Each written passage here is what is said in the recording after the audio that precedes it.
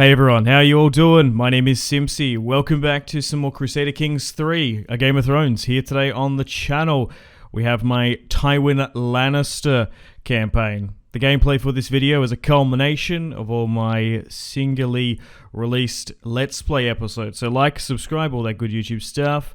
I hope you all enjoy. And here is the Lannister family tree. We've got my brother Kevin and his children, and then my sister Gianna, or Jenna. We've also got Marcella, Tommen, and Joffrey, the sons and daughter of Jaime and Cersei Lannister. So we're going to be supporting Joffrey's claim to the Iron Throne. We're going to go with the mother of the Faith of the Seven to be our patron, so we can get the 5% fertility, as we do need new claimants to the Rock. We're going to go down the stewardship lifestyle, as we're sitting at 34, as Tywin's not probably going to be commanding too much in his older years. Okay, so let's get Tywin married off. Now, there's a fair few options here. We might be better off marrying Lyanna Lannister, potentially. Lannisters aren't opposed overly too much to, well, marrying their cousins. So it's the daughter of Stefford. So if we expand this, we'll see the Lannisters of Lannisport. So this is my cousin.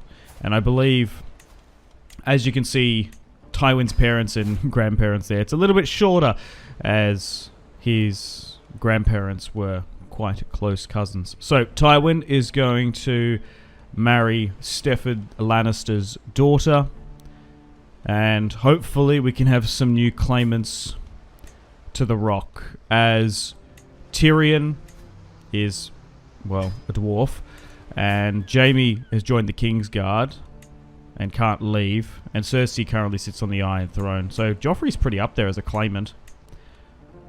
Alright, so let's have a quick look at Lord Tywin at 57. We do need to appoint our council as well. But basically, we want to support Joff. Okay, so we got some Frey prisoners, so let's try and ransom them. We've also got some Serwins as well. Let's try and make a little bit of money back. We've got Harren Karstark as well. Let's ransom him. He's not too notably important of a character. So here is the Lannister throne room. So, as the oldest son of Titus Lannister, Tywin grew up witnessing his father's weak leadership, which led to the decline of House Lannister. The Lannisters were mocked by the other noble houses in Tywin's childhood, and determined to restore the Lannisters' power and prestige, Tywin took decisive action when he came of age. He ruthlessly crushed a rebellion by House Rhaen of Castamere and House Tarbeck, two vassals who defied Lannister authority.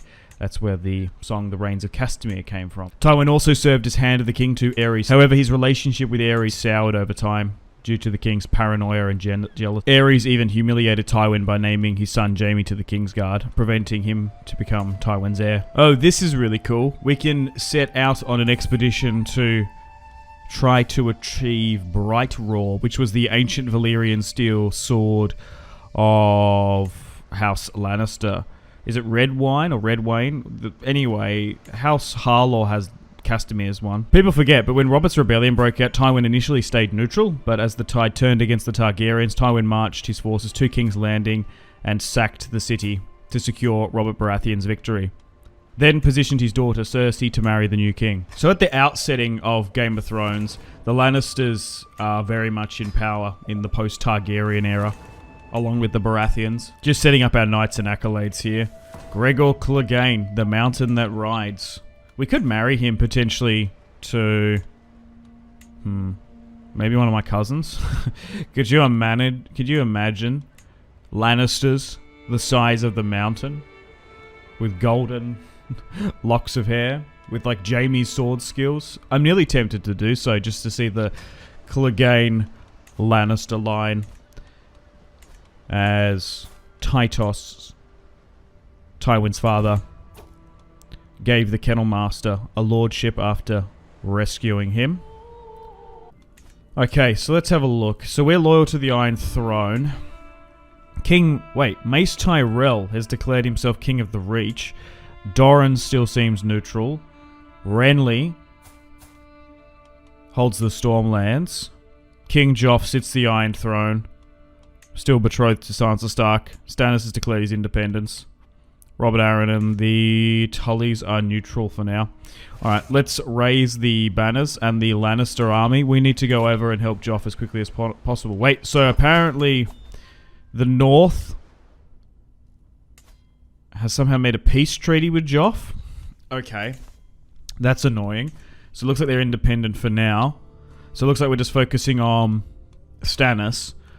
But Mace Tyrell has declared himself King of the Reach. It's just a little bit surprising. A new kingdom. I, Mace Tyrell, declare my independence. Okay. I guess using the leverage. Okay, we weren't successful. Well, we're using the leverage with Renly, I suppose. Alright, so we're going to be able to accumulate just shy of nearly 30,000. Should we get Lord Philip or should we get the Mountain of Philip of House Plum? We'll get him to go. Tywin's just a little bit too old these days to really command the military forces. Alright, let's quickly get over to King's Landing as quickly as possible to try and stop Stannis. Okay, so Kevin has persuaded Muir Tully to see me in a new light, so we're going to get some better quality relations with him. That's really good. So we're going to push to Massey's Hook, and we might be able to intercept some Crownland pretenders here. So it looks like Tywin's going to be able to get the steward position on the small council. That's okay. Alright, let's try and take Stone Dance here. Now, we can assault, which we use our men, which is unfortunate, but we will have access to just our men. We don't have access to dragons, essentially. Right, let's move to Dragonstone and try and siege it out. Secret has been exposed. Lancel has had a child with Cersei. That's unfortunate. And that's come out. There's not really too much we can do when she's in King's Landing. Recovered Bright Roar. Oh, nice. Nope. No, we failed. Time on. Oh, I thought it said. Anyway, we've won here against Stannis. But it's really up to Joff what he wants to do with him. Okay, so we've managed to bring back the Stormlands potentially. And maybe Stannis. We'll pay this ransom and we'll see how the War of the Five Kings continues to progress. Okay, Joff has declared war upon Lord John of Ferring. I think that's that house. The Greyjoys want an alliance with Tywin Lannister. No, I don't want to give the Greyjoys any claim to Westerland territory because he's probably going to declare his independence at some point. The Kraken. Alright, so Tyrion is currently the heir. Is there anything we can do? We can force that. That would stop him producing heirs. Could send him to the Citadel. Could make him take over. I nearly would want to send him to the Wall if I could. I want someone else to become his heir. So we're going to imprison Tyrion. And so what can we do now? We can just straight up get rid of him. So he won't go to the Citadel. Essentially, we want to banish him. So he has the choice. No. Let's try and negotiate his release. So we could banish him to Essos, and then he could come back. We can make him take a vow. If we could send him to the Wall, that would be ideal. So, banish him from Westeros. Make him take a vow. So he will accept becoming a Septon, which will allow him not to marry. We could force him to do that. No, we don't want to employ him as a... No, that. Gain a hook, no.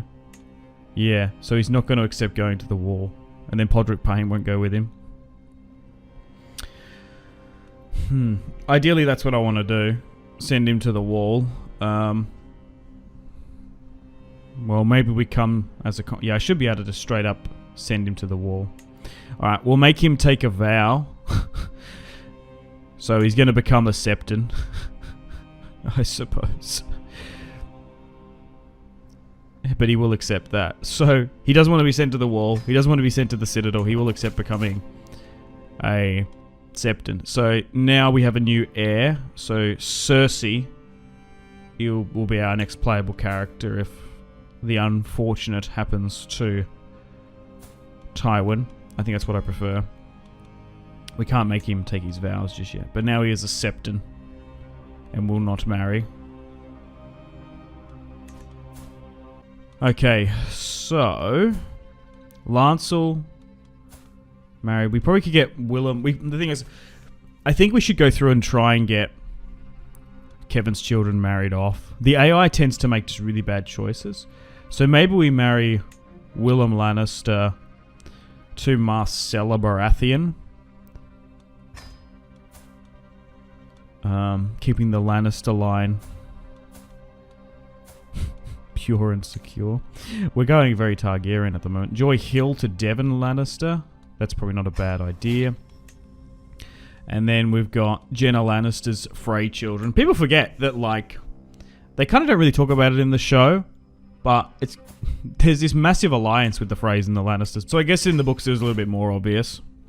I'm not too sure if I like the change from Jane Westerling to whatever her name was in the show. I kind of preferred that. In the books, the Jane Westerling plotline, marrying her to preserve her honor. Okay, Alton's in prison. So let's get these other Lannisters married off. I don't know. I actually think the show went downhill. Season 3. There's a couple good, like, one-off episodes cinematically. The Battle of the Bastards, yeah.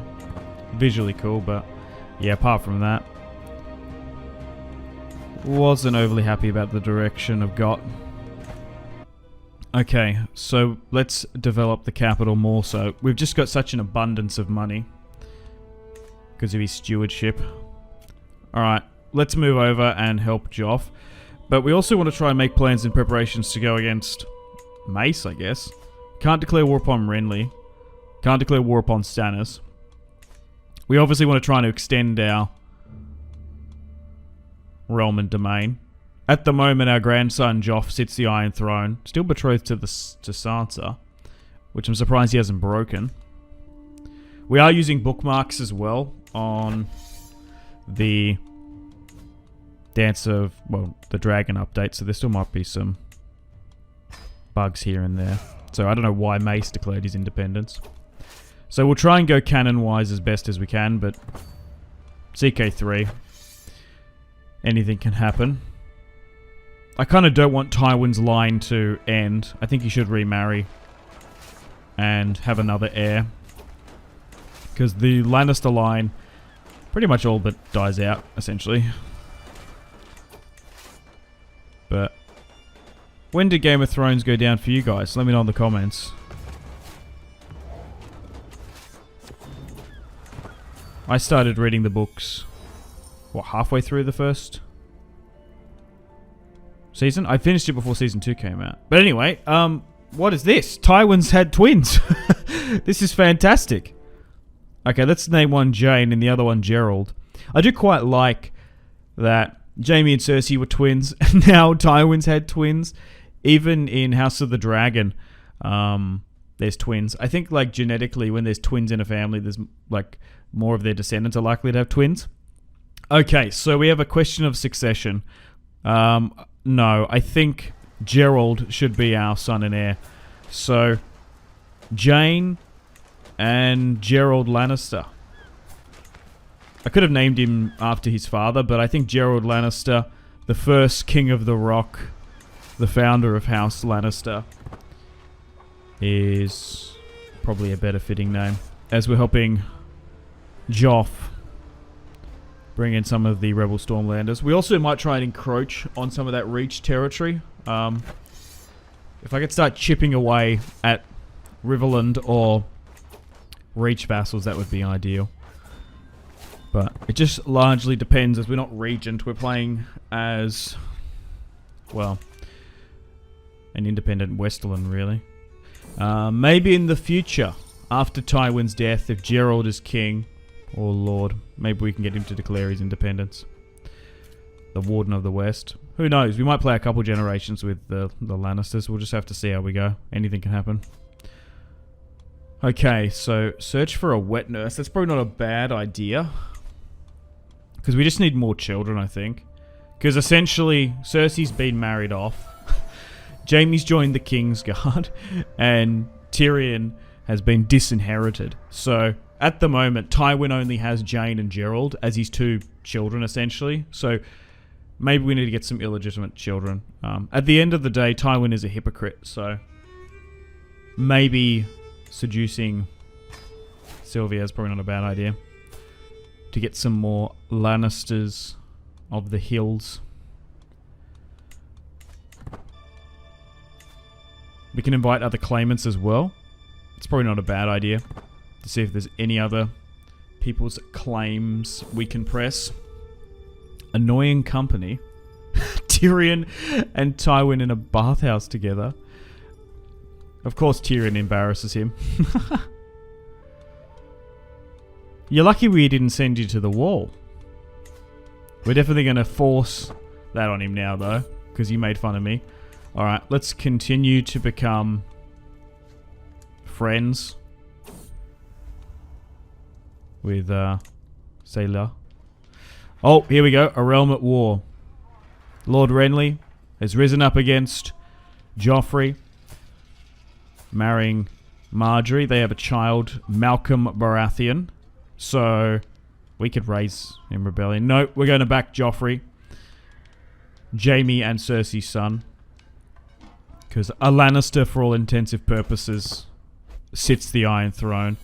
Oh, nice. There's been another child of my dynasty, of the House Lannisport line. Sir Reginald. So, let's just get those married off. It's fine. More Lannister twins. Exciting. Alright, so... this is going to be massive. Wait, the Tullys are going to help us. Oh, wow. Maybe it's because we befriended them? I'm not entirely sure. So, looks like we're at war with the Tyrell Baratheon alliance. King Mace. Look at him, dripped out.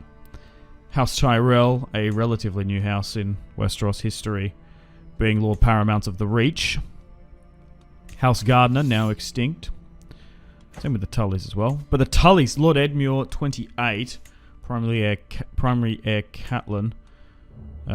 Rob is staying neutral for now. Looks like the Vale might be coming in. So she... oh, okay. So in this alternative timeline, Rob has actually stayed and married the Frey girl. Interesting. So, we do have a connection there. It's nearly like the Stark... although the Starks are independent... they've declared themselves kings in the north. They've married to the Freys.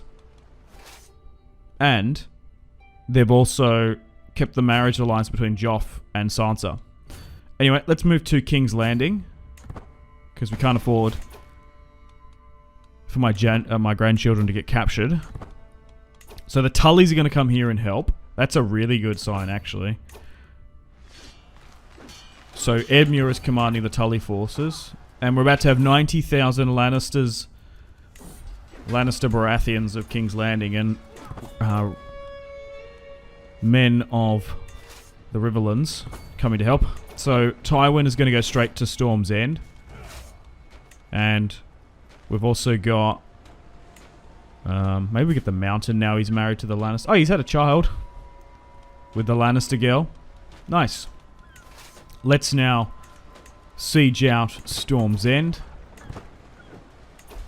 and try and get rid of Renly Baratheon. Daemon has had a child, one of my cousins. Okay, let's continue to persuade her. Nice. We just need as many children with Tywin as we can. We might even be able to seat them on other thrones and legitimize them, because Tywin is quite old as well. He's probably not going to last too much longer, so the more children we can get, the better. More claimants. Alright, so Tywin has commanded Gregor Clegane the Mountain to take Storm's End, and Cersei just keeps on having children. Another child with Lancel. waters as their... Well, they... because they're in King's Landing, I guess, technically. That's a bit weird. If you're from the Crown Lands, you're over the waters, I guess. Even though they're hills. Looks like the Arryns have come in as well, surprisingly. And, oh, Tywin has had a illegitimate daughter. So, I will acknowledge her. As Tywin is a hypocrite. He does the same thing as Tyrion quite often. We even saw that in the show. Alright, so he now has 3 children. 2 legitimate, 1 not.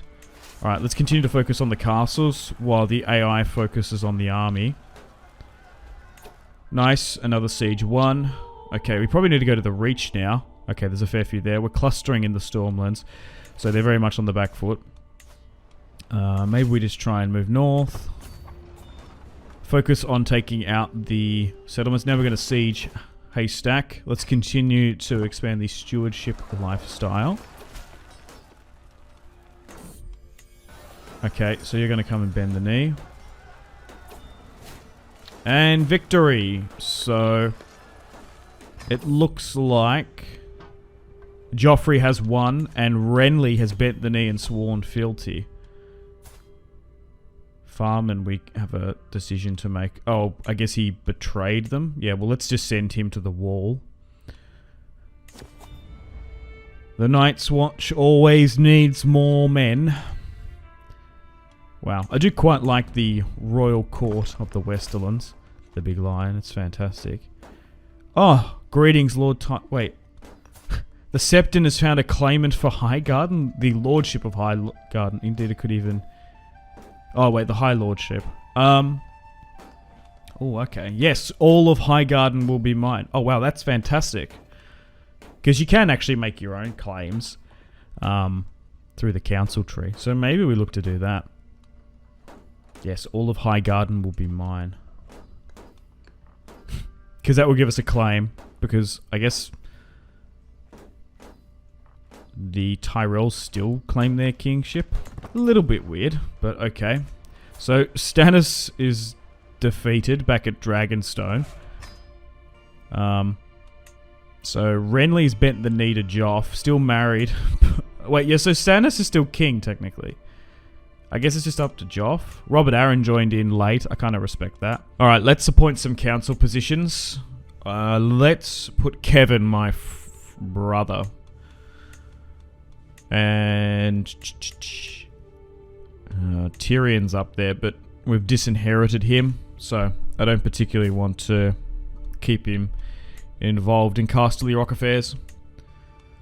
Okay, so I'm going to invite Cersei back to the Westerlands, as Joff has now come of age. She's had 3 illegitimate children with Lancel Lannister. That's so annoying. Because we don't have control over them. She's just basically giving out claims to the west. Lord Tywin. Oh, so Howland Reed has just told everyone about Jon Snow's true heritage. So, is there anything else we can do here? So she's 38. We can't even seem to marry her off. Okay. So, we could force that. I don't think I'm going to. So Cersei has 6 children now. Alright, so Edmure, 31. We've got an opportunity here because he's not married off. We could betroth him to Tywin's eldest or second eldest daughter now, Jane. But it's going to take quite some time. It's nearly worth doing that. So, it's sometimes better ordering betrothals a little bit early on. Gerald, I'm not too sure who we marry him to. So, what's happened here? So, Marjorie is still married to Renly. They have 2 children. Alice Tyrell, son of Willem. And they're going to accept. That could give us that claim on the Reach permanently. As Garland's daughter. And then we've got Tywin's daughter as well. Dorcas Hill. Maybe marry her to Renly's son. Renly and Marjorie's son. Because we're going to try and play generationally. And see how we go. Still try and keep a Lannister on the Iron Throne. For all intents and purposes, we're playing that Tywin knows, essentially. But it's a bit of a farce around Westeros. And we'll try and plant Lannisters on the thrones around Westeros. Maybe the Riverlands. Maybe the Stormlands. And the, I don't know, Dornish seat, if we can. Okay, so Tommen we could probably marry to as well. Jaime and Cersei's son. To a Lannisport Lannister. But so far, keeping pretty good relations overall. It's a weird period because in this alternative timeline, Rob stayed with the Freys. He's still king in the north. Edmure likes Tywin and is married or betrothed to his daughter. And we're just marrying off his other cousins. Joff sits the Iron Throne. Stannis has been pushed back. Renly hasn't been taken out by Stannis and has bent the knee. But Mace Tyrell declares his independence as King of the Reach. What a time to be alive. So, married to the Hightower Queen. So we can actually push our claims. Ooh, that's going to be muddied. So, Edmure and Renly could come in. Alright, let's declare war upon Mace Tyrell. And we're going to try and seize the High Lordship of Highgarden that one of our maesters managed to find a claim and a scroll to. Renly actually will back us if we pay him a bribe. Because I guess we're bringing down Marjorie. No, yeah, we're helping Marjorie's claim get closer. This is so bizarre. Alright, so Edmure's going to come with us. And same with Renly. Who would have thought? Alright, let's march against the Reach. And luckily we do have those additional reinforcements. We've got Strongball with us. Let's move up. And let's move down. So the Baratheons are coming to help. I guess they didn't finalize their alliance. It's so weird. Or maybe they're just simply supporting us. Okay. So the Stormland army is engaging the Reach.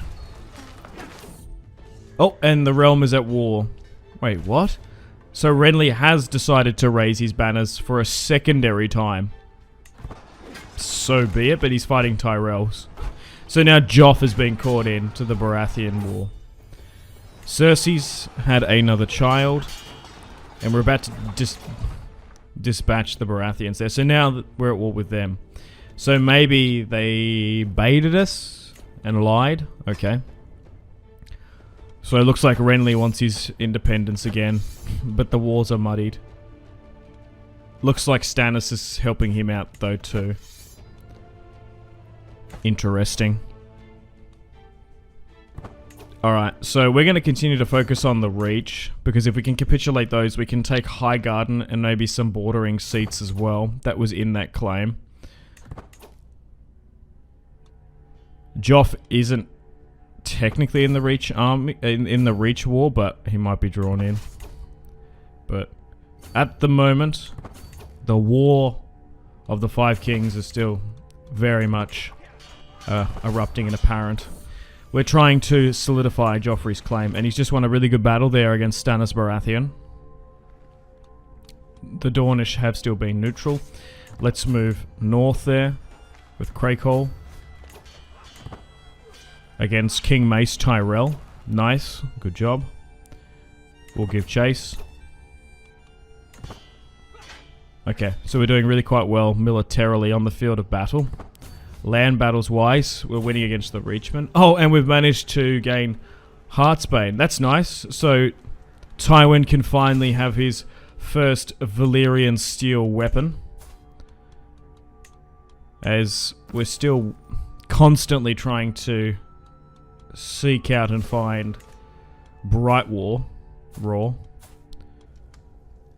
So we've got a feud with the Tarleys. Randall Tarley is dead, but we've managed to take their Valyrian steel sword. which is nice. That's why the Lannisters melted down and wanted ice, making Whittle's Whaler and Oathkeeper, because the Lannisters lost their Valyrian steel sword. Cersei's had another illegitimate son. Oh my god. I thought we'd get her away from Lancel Lannister. Okay, still sieging out Highgarden. Only 50 days remaining. Half of Tywin's army is no more. Willem Lannister has now married Marcella Baratheon, securing the Lannister-Baratheon line.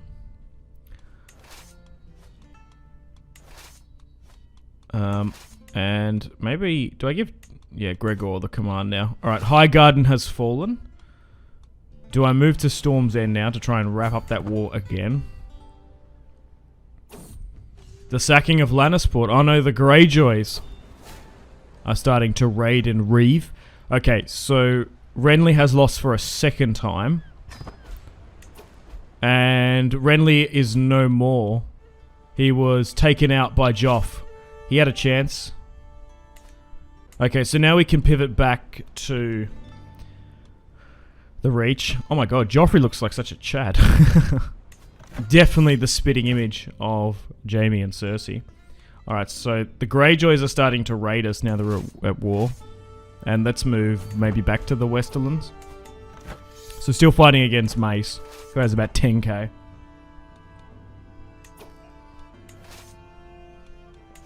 The Tullys are starting to become a loyal ally. We've managed to imprison the Hightower Queen. Okay. So we're going to go out and siege Grassyfield Keep with Gregor Clegane, who is married to a Lannister now. Looks like Joff is sending the Crownlander force over in the Westerlands. Good. Because we're starting to focus on the cities rather than the land battles. Joff's at war with House Velaryon.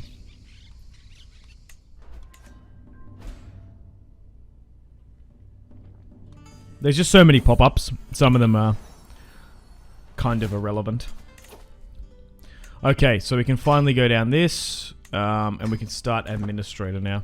We've nearly maxed it out. But Tywin's doing pretty well. In his early 60s now. And he's leading by example. Probably need to go down to Old Town now. That is probably the second biggest settlement we want to try and take. So the siege of the Citadel. Still having to deal with Tyrion. Okay, so I've had another son with my wife. So let's name him Tyget. We'll eventually probably call one Titus. Oh, wait, Joff is just... oh, Joff got him though. That's annoying. Damn. Oh, well, we've capitulated them. And we've managed to take Highgarden along with 3 other bordering counties as well. Okay, and we've managed to get 3 houses under our control. And Highgarden is occupied by the Lannisters.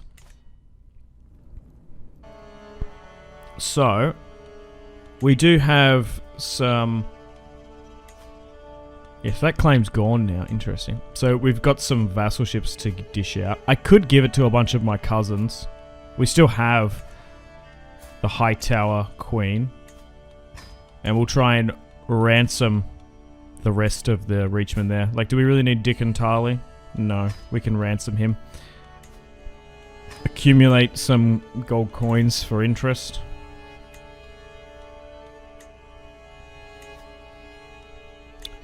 Let's create some more accolades. And then we'll get that vassal ship down. I could give it to other lords, but maybe I should create some lordships. Because we've got so many Lannisters now and so many cousins. Okay, so let's go with stewardship-wise. Maester Viserys. And so these are all the titles. So we've managed to gobble up some border reach territory, which is nice. He's still king. He's still King Mace. So we've got Leafy Lake, 7 points. Castamere we want to hold. and a couple of them. So the Lordship of Leafy Lake is one we've just acquired. So I could give it to a noble House of Lannister culture. So maybe do that. Maybe just do a bit of both, because we don't want all of them to be my cousins. But like Lukon Lannister, maybe make a cadet branch. It's probably not a bad idea. And then they're all of my blood. So Devon Lannister, give him a lordship. And then we're going to have loyal Lannisters in the south. So Willem can have his own title. And ideally I want them all to make like big cadet branches. And like change their Lion of Lannister up a bit. Maybe we can have like a blue or a purple. Isn't Osgrey like a lion as well? I can't remember. So Willem Lannister's going to get landed. Daemon Lannister. And then they'll probably have to claim it to the Rock. So still got Castamere. Still got the Tarbeck hold as well. So the Black Lion. Yeah, so a lot of these guys have been landed now, which is nice. We've always had a problem with Westerland bannermen. They always do seem to betray the Lannisters. Happened in Tywin's father's reign, and then we've got some Reachmen further in the south. Let's get a new hand, essentially. Willem will do. Okay, so we still can't declare war upon Mace. Doran Martell sits in Dawn.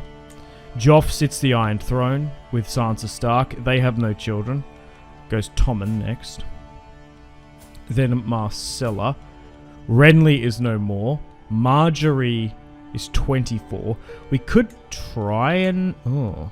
Can I invite her to court? No. I could actually try and do something with her. Maybe I do that. Either one of those two. And then we might get a claim for Highgarden? Yeah, maybe I try and... Oh, Romancer isn't that high though. What's the other one? Yeah, this one's a bit better. So maybe I start this scheme. Try and make her really happy. And then bring her back to Casterly Rock. We'll see. I'm just looking at Tywin's kills, jeez.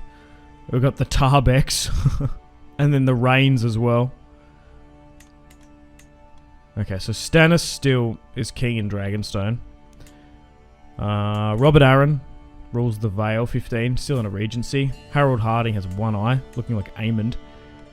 Edmure the Goldfish, because he's married to Jane. Balon Greyjoy is no king, he's just a lord. And then there's the sons we took out. And then Robb Stark rules the north. I just wish Joff was more demanding about bringing down these kings, if anything. Okay, the cost of war.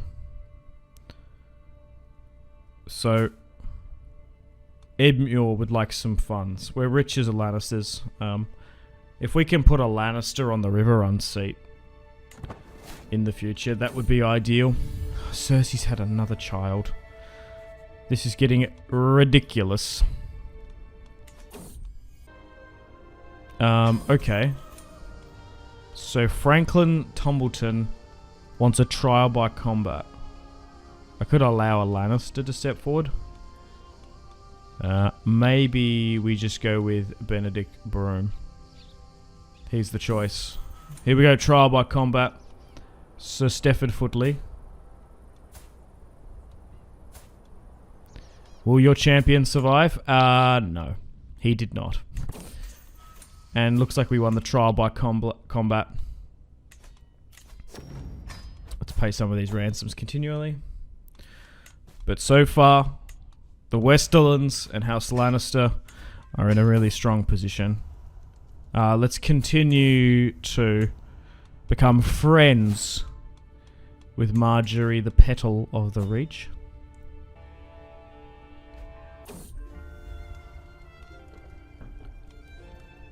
So, after the death of Renly, it looks like Marjorie needs a new friend. So can we invite her to my court now?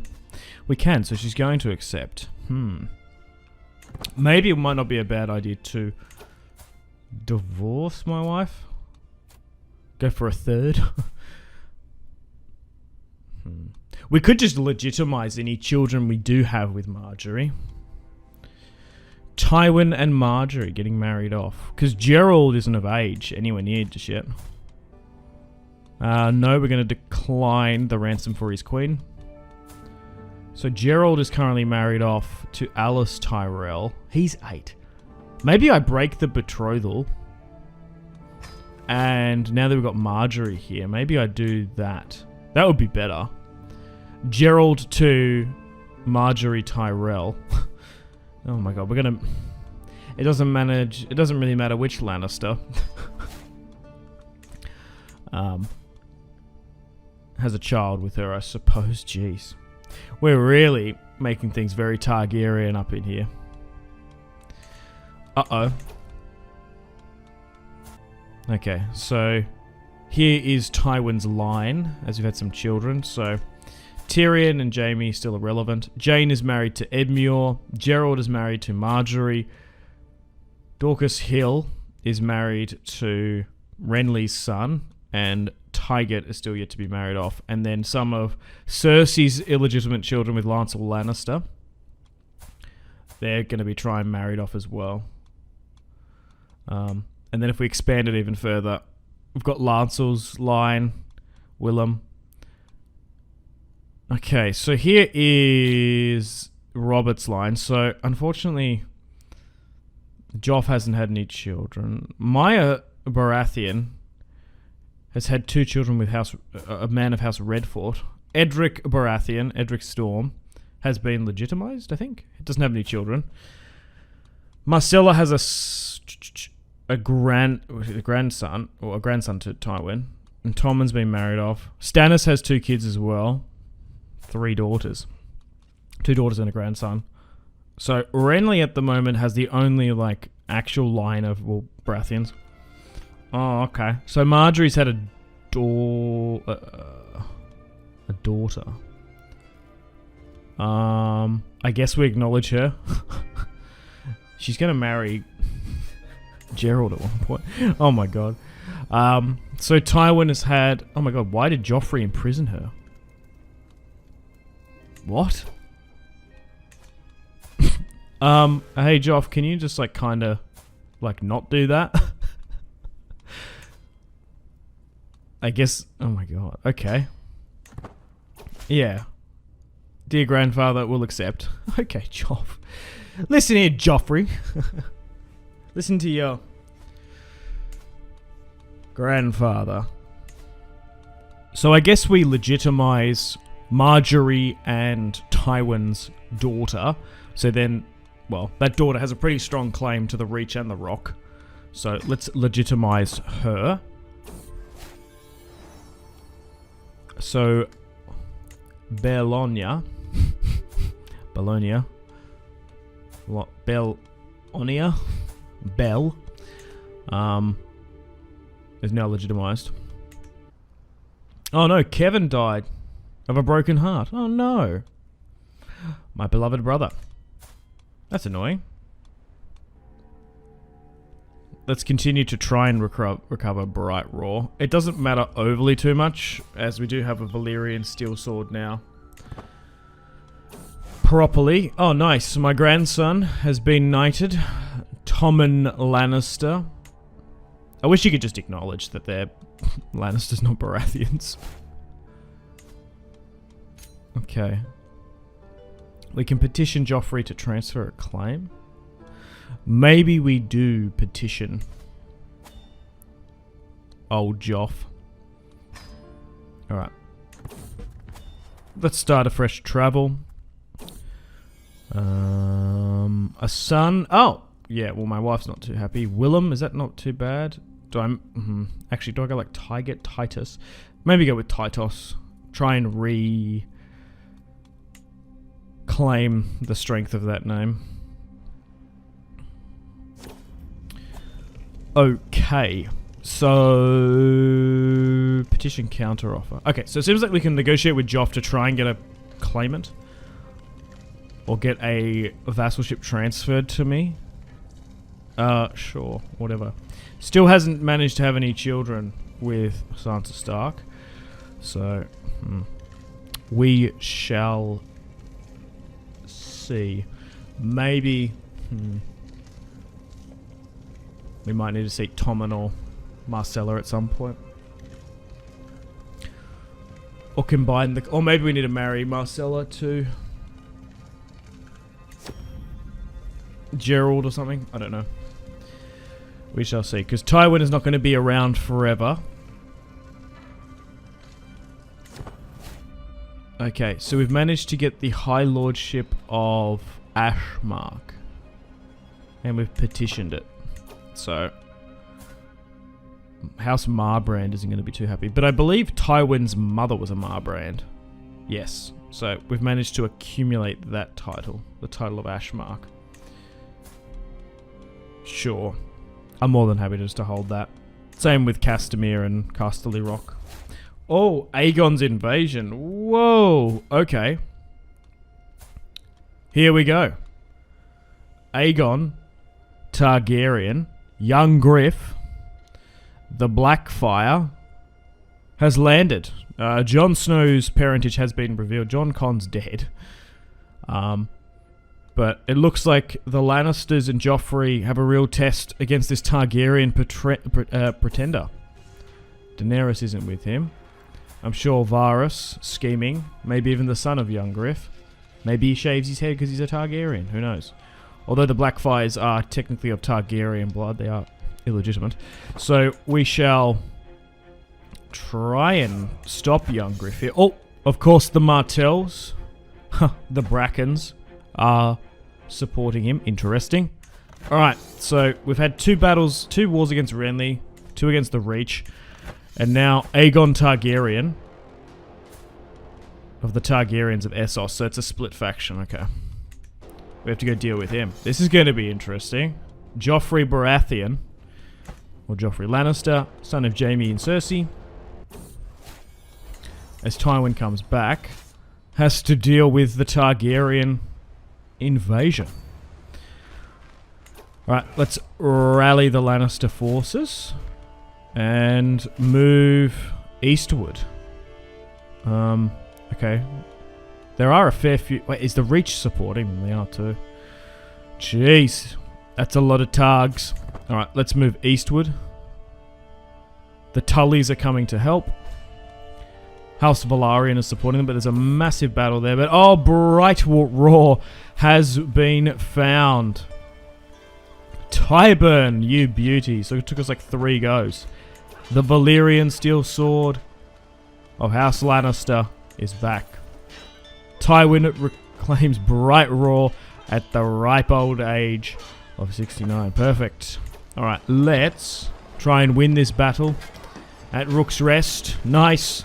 As the Lannister and Lannister Crown land forces clash along with House Targaryen and the Golden Company. Perfect. And Jaime is looking after his son, really. Oh, here come the Martells. And they're going to rain a really bad defeat on the Lannister forces at Duskendale. Fitting. But never fear, but the King of the North and the Starks are here as King Robb has come down to help Joff. What an alternative timeline. They all hate the Targaryens coming back. As Sansa is well and truly betrothed and married to Joff. Oh my god, a lot of back and forth here. Whoa, why is that so many days? Oh, maybe you can't capitulate them there. Okay. Maybe we need to focus on those in Duskendale, potentially. House Yornwood and the Hightowers. And a lot of the Reach is supporting them. So we can manage to take Strongbow. So, out of like 10 victories, we lost 1 battle. Let's continue to assault the fort. I can't imagine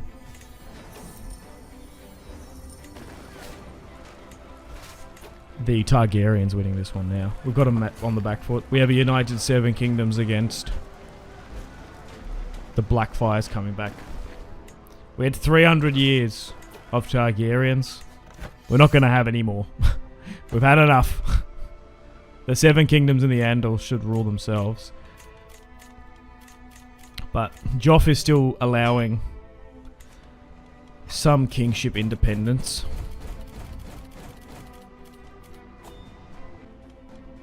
Okay. Shouldn't be too much longer now. Just need to take some more territory. So we can't take the landing host, essentially. A lot of bannermen did still support Aegon. Needle Water is a settlement we can try and take. What about down here? Maybe hitting the army again before it rallies up. Might not be a bad idea. Maidenpool. Oh no, that looks like it's allied territory. Oh yeah, it is.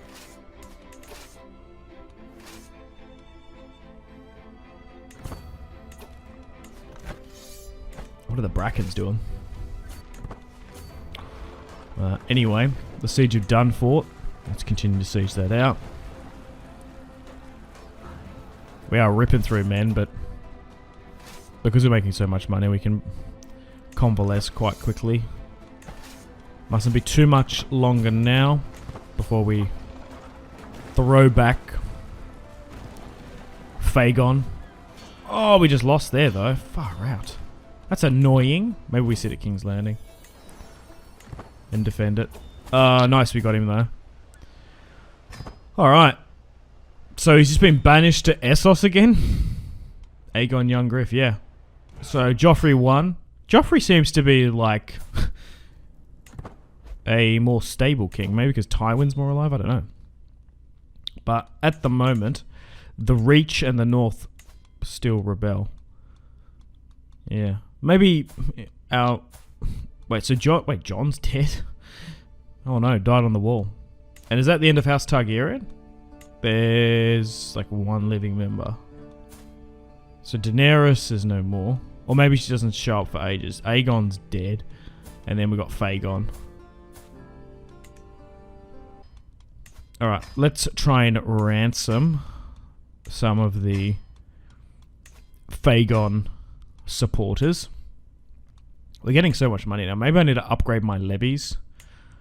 And my Lion Knights. Maybe my Trebuchets as well. We won't need to focus on Scorpions because we're playing in the Clash of Kings scenario. Tywin's now 71 though. Single combat. What is this? Sorry, this just popped up. Tyrion tried to steal the Lannister banner and Tywin is now engaged Tyrion in single combat. Tywin's 70. Tyrion's 40. Tywin has a Valyrian steel sword. Tyrion just has a mace. Okay. Taste my steel, Scallion. We tried to send him to the wall. we had to come to a compromise and forced him to be a maester. Will Tywin finally deal with Tyrion? He won the single combat duel though. What the hell? Where there's smoke, there's fire. And then Tyrion's just going to belittle Tywin. Okay. And just make fun of him. Oh. Maybe I should have forced concept on Cersei as we did with Tyrion. Oh, nice. So Lannister dynasty. So Metropolitan. I kind of want to go down like heroic bloodline or something. This is what the Targs did, didn't they? Yeah, let's do that. Let's make the Lannister bloodline renowned. Because you never know. Maybe what, 2, 3, 4 generations. Maybe Tywin's great-great-grandson. Maybe he might want to bring back the Kingdom of the Rock. Who knows how Gerald's relation will be with his nephew? Yeah, it would be. Okay, so can we go after Mace again? Oh wait, Mace died? Oh, interesting. So Garland is now king, and we can get the lordship of New Grey. So maybe we do that then. Go after the Tyrells again.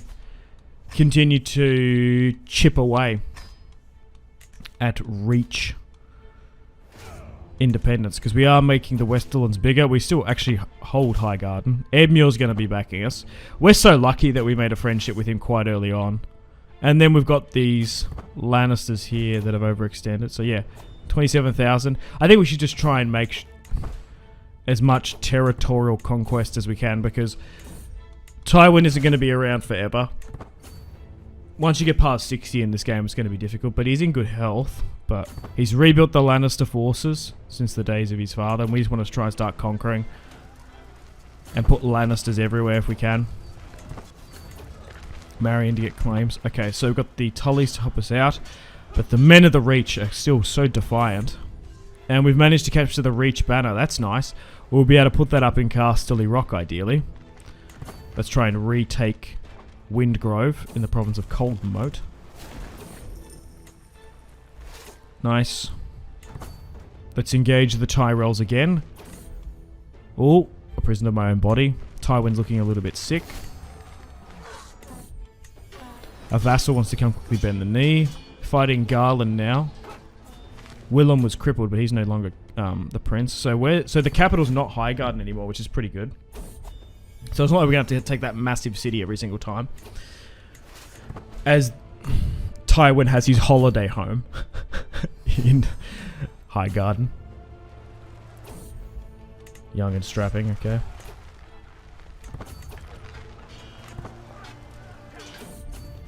Oh, wow. House Martell's declared their independence. Let's deal with them. I can't see us putting a Lannister on the Dornish throne. I feel like they probably hate us the most. And it seems like she's got like a Stormlander crown. I don't know why. Is that because she's a Stormlander? A legitimate child born. So Joffrey is being attacked by Doran. Yeah. Although Joffrey is being a relatively good king, the realm is still, well, incredibly unstable. I think just allowing these kingships is the issue. Alright, let's move back down to the Citadel, try and retake it again.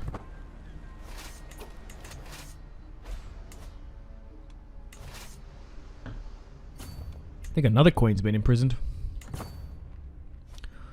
Okay, let's move to Brightwater Keep, the seat of House Florent. Maybe we split the Lannister army up and just try and wrap this up so we can go over and help Joff down in Dorne as best as we can. Stop them rebelling. Most of the Crown land force is actually there. But although the Lannisters hold the Crown lands and the Westerlands... Oh, here we go. Doran Martell got sent to the wall. That's good that Joff did that. So they actually capitulated before this Reach War was done. Yeah. Although the Lannisters hold a lot of power... Yeah. We're still dealing with a lot of rebellions. Alright. Still sieging Brightwater Keep. I'm sure Stannis is not going to be too happy. But ideally, if we could get Edmure to marry Tywin's daughter Jane. They have a child. Get rid of Edmure. And then marry Jane's children to Tywin's children again. Or Cersei's children or Gerald's children. We can put a Lannister on the Riverrun seat. So if we can connect a land bridge from Casterly Rock to Riverrun to Harrenhal to King's Landing, that would be ideal and we'd be able to dominate half of Westeros. Okay. I reckon that child's probably Tywin's. Oh my god, so even like we're having claims there too. We can actually demand hostages? Yes, we can. I should always do that. I always forget. Yeah, let's demand Princess Alice, who was actually married to Gerald, Tywin's son and heir. Okay. We can't get any more, can we? No, we'll just go with the one. Alright, so another war with the Reach. And another bit of territory. So King Garland, 2 of his daughters have been imprisoned. Yeah, so Alice was married to, or betrothed to Gerald at one point. Okay, cool. Cool beans. Cool beans. Okay, so let's have a quick family tree look. So Tywin's second-born son. We're ignoring Jaime and Tyrion because they've been disinherited and they're basically dead stops at the moment. Tywin has so many children. A fair few with Marjorie, a fair few legitimate with his Lannister cousin, and then we've got the wet nurse's children as well. So Alice is being taken to Casterly Rock, and we'll try and get her to marry in. So if we can get Garland's children as well, those claims. If we can basically combine the Westerlands and the Reach into one title, that would be ideal. So, Garland still claims himself to be king of the Reach. We're still trying to conquer as many lands as we can. Still rebuilding the Lannister forces ever since my father Titus weakened them. Cersei has a bunch of illegitimate children as well, with Lancel Lannister, but we'll try and forget about them, really. It's really Tywin and his new family. Reginald Lannister wants to join the Night's Watch. You're a 16, Reginald. You're a Lannister. Although you're of the Lannisport line. No. I would much rather you... Yes. Marry someone else. Okay, so we've got a love triangle here. Tywin's wife, and then we've got Marjorie, and then we've got the wet nurse. I think we break it off with the wet nurse. I was worried about... The thing is, basically, ever since the game started the War of the Five Kings, Tywin could have died at any point. He somehow managed to live 17 years since the start of this campaign, which is shocking. Okay, so Prince Alice, this is King Garland's, or Garland Tyrell's daughter. After the last war we had with the Reach, securing their banner, we took her as a hostage. We could or a host, or a guest, or whatever. Maybe we look to marry her. I could force her to join the Silent Sisters. Maybe we just keep her in our court. Maybe one of Gerald's children. But yeah, King Garland the Galleon is still king of the Reach. Okay, so let's have a look at the seats in Westeros. So Robert Arryn still rules the Vale, married to a Royce. He has children.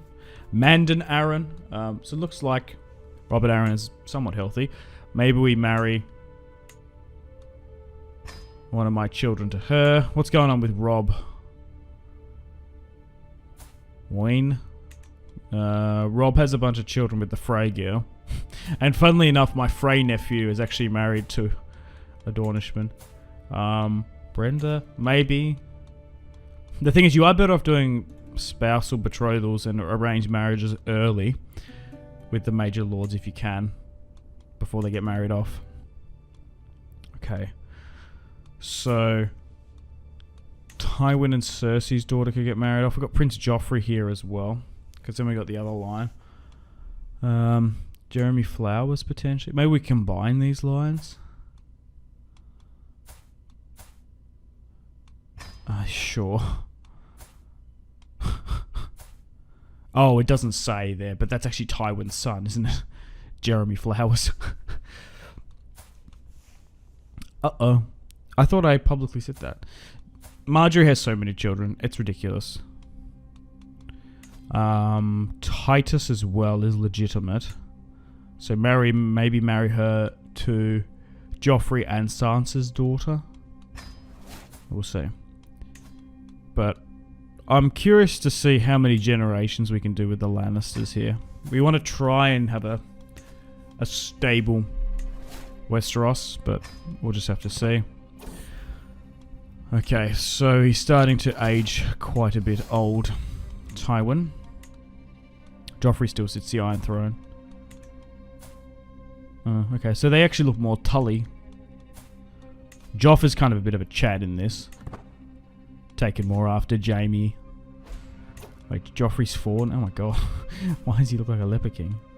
William of the Iron Throne. Maybe we marry him to a Lannister. Because essentially we're implying that Tywin knows that Joffrey is the son of Jaime and Cersei. But yeah, Stannis still rules on Dragonstone. Hanging out. Edric Storm has been legitimized. I guess by Renly. He's 31. He has no children. Okay, so Gerald has had a daughter with Marjorie. So his line will continue. Oh my god. So Tywin and Tywin's son Gerald both have children with Marjorie. Sure, let's get her married off. That's one of Cersei's illegitimate children. We need a new admiral, maybe Tybalt. Long ship sighted. Oh no. The Greyjoys are off the Westerland coast. Let's send Benedict Broom, who's 64, one of our loyal bannermen. He must go out and triumph. And he has. He's brought the Ironborn to heal and protected the Westerlands, destroying the drowned god Believer. 79 now. Jeez, we've maxed out the steward lifestyle tree now. We probably need to start another one. I guess we go with martial and strategic focus. I don't really know what he can do now. Maybe he can pass on some other traits. Outliving a child. Oh no! Oh, Cersei Lannister has died at 55. She lived a good life, the old queen. Oh, Edmure is no more. How did he? But, oh, Lucky's got a son. So, Edmure died at 49. Married to my daughter. But he's only had one. He's had a bunch of legitimate. Oh, so Jane. So, Tywin's daughter Jane has had a son. Oh, interesting. Maybe there was a shrewd plot there that I didn't see. He's legitimized 2 of the Tullys, though. Interesting. So, Tywin's daughter, Jane Lannister, now rules Riverrun. Maybe I marry Oswald to someone? I'm not sure. Okay, so he's now getting quite feeble. Tywin Lannister is 80 years old. Crikey. It mustn't be too much longer now. Then we're going to have Gerald's reign. Oh, and he's on death's door. But we have managed to put a Lannister ostensibly in control from Castle Rock, Highgarden, King's Landing, and Riverrun. Although we hold Highgarden, we don't dominate the whole reach. Okay, so Tywin Lannister is unfortunately not too long for this world. And that's it. GG's. Tywin Lannister is now dead. At 81. Tywin of the Westerland soul has finally been cast into the Seven Hells. And has succumbed. So now we can play as his son and heir, Gerald Lannister, who's 22 years of age, married to Marjorie of House Tyrell, married to Renly, the former king of House Baratheon. Gerald has 2 children with Marjorie and has a bunch of claims. So his mother, Kriana, was the daughter of Stefford. So Joy and Sybil. So Joy looks more a Lannister. Sybil takes after her mother. So the line has been condensed, which is nice. But hopefully Gerald could be politically shrewd as Tywin, but have the swordsmanship of his brother Jaime and the smarts of Tyrion. So we've still got a bunch of marriage proposals we want to try and send off. So what should we pick? Stewardship or martial? Lannister's always pretty good swordsman. Stewardship probably comes naturally as well. We've got a learning bonus because of his education. Maybe I go with martial. I kind of want young Gerald to muster the Lannister forces. He's 22 though. Okay, so we've got to reappoint our entire council here. So let's bring in Lord Martin of House Payne, one of Podrick's ilk. Lord Colmar could be the Chancellor. Lord Holder could be our steward. Lord Adam Ashmark of House Marbrand, probably one of my cousins, technically. Flowers. Quentin of House Banefort is going to be our Admiral. And we want to try and get the Septon to eventually anoint us. We've got Heartsbane and Bright Raw. We took Heartsbane, the Valyrian steel sword from House Tully. We got some other trinkets as well that we've managed to accumulate, which is nice. So now we sit on the Westerland throne. We still can't go back to war with King Garland, but maybe his children could maybe claim the title of the Reach. So Lord Oswald, who's half Lannister, probably look to marry him off. My nephew, King Joffrey, sits the Iron Throne. Ariana Martell, along with my cousin of House Frey, sits down there. Joff holds the Stormland title. Robert Arryn of the Vale. His children are married to my siblings. And Robb Stark is currently king in the north. No marriage alliances with them. And Theon rules Greyjoys. Oh, Greg, I haven't looked at this. I forgot about Gregor. I married her to Marilla Lannister. Oh, look this out. Check this out. We've got giant-looking Cleganes that have the features of Lannisters. Look at this. Sir Robert Clegane. Oh, my God. Giant Chad, half Lannister. Then we got Stafford Clegane, Damon Clegane. Oh, my God. Marrying one of Tywin's cousins. The Cleganes now look like Lannisters. Absolutely chatted out. That's awesome. The Hound's no more, though, unfortunately. Alright, so that's a simpler version. So let's have a look. So my brother Jaime, Cersei is no more. Got a bunch of nieces. Darren Frey. Like, Cersei had all these other children. Traeger Hill is like, oh, okay. He's a maester too. Looks like he's Tyrion's son, potentially. Alright, so Tyrion and my brother Tyrion and Jaime are still alive. Jaime's 57, still on the Kingsguard. Tyrion as well. We probably actually got an alright relationship with him. So my sister Jane rules Riverrun. Was the husband of Edmure Tully. Their son Oswald hopefully can get married off. I have a half-sister, Dorcas, who's married to Renly's son, Malcolm Baratheon. Tyget is married to one of Renly's daughters. My sister is married to one of Marjorie's. We've got an Aaron, and then Titus, my other brother's been married off. Lancel, my half-brother. And Yulin, he's been legitimized as well. So Marjorie has so many children.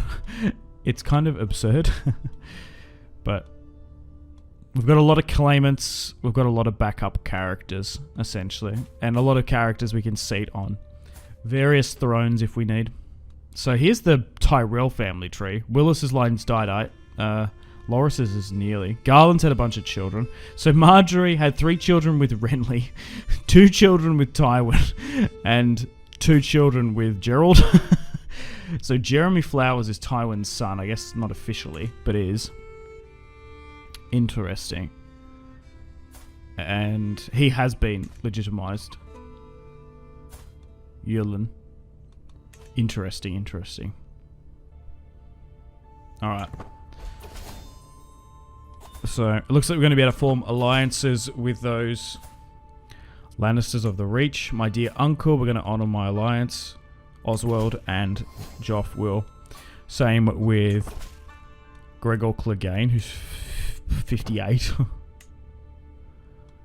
Oh, he has a Valyrian steel sword. Oh, he stole it from the Hightowers? I was looking at his sword, I was like, that looks cool. Where did Clegane get that? Took it from the Hightowers. We do need a new marshal. Devon, my uncle, 59. Willem, 37. Ooh, is rallying a faction against me. Joffrey wants to appoint Gerald as admiral on the small council. Wants to be the master of ships. Sure. Joffrey's now 37. And let's get those other marriage alliances. Dear uncle, I call you to honor my alliance. Okay, so the Brackens... No, sorry. The Blackwoods have risen in rebellion. What a faux pas. But the Malisters are defending... Okay, so it looks like... Oh, okay, this is really interesting. So, the River Lords are not happy with Oswald, half Lannister, ruling Riverrun. And for essentially, for all intensive purposes, my sister Jane. So half of the Riverlands is at war. Okay, so this is an opportunity for Gerald to get some proper command. He's going to get 40,000 forces. He should be okay, because this is Tywin's army, essentially. He's only got 22 command, but we might be able to get it up more. He's now 23. And let's move over there. We've got the Tully army helping us. Alright, let's move into the Riverlands and help my nephew and my sister Jane. Here comes Gerald, looking to make a name for himself. Oh, I'll make a name for myself up in here. Okay. So we're doing okay. We could allow the mountain and others to gain some renown. The Ironwoods are going to help them out. Interesting. Alright. Nice.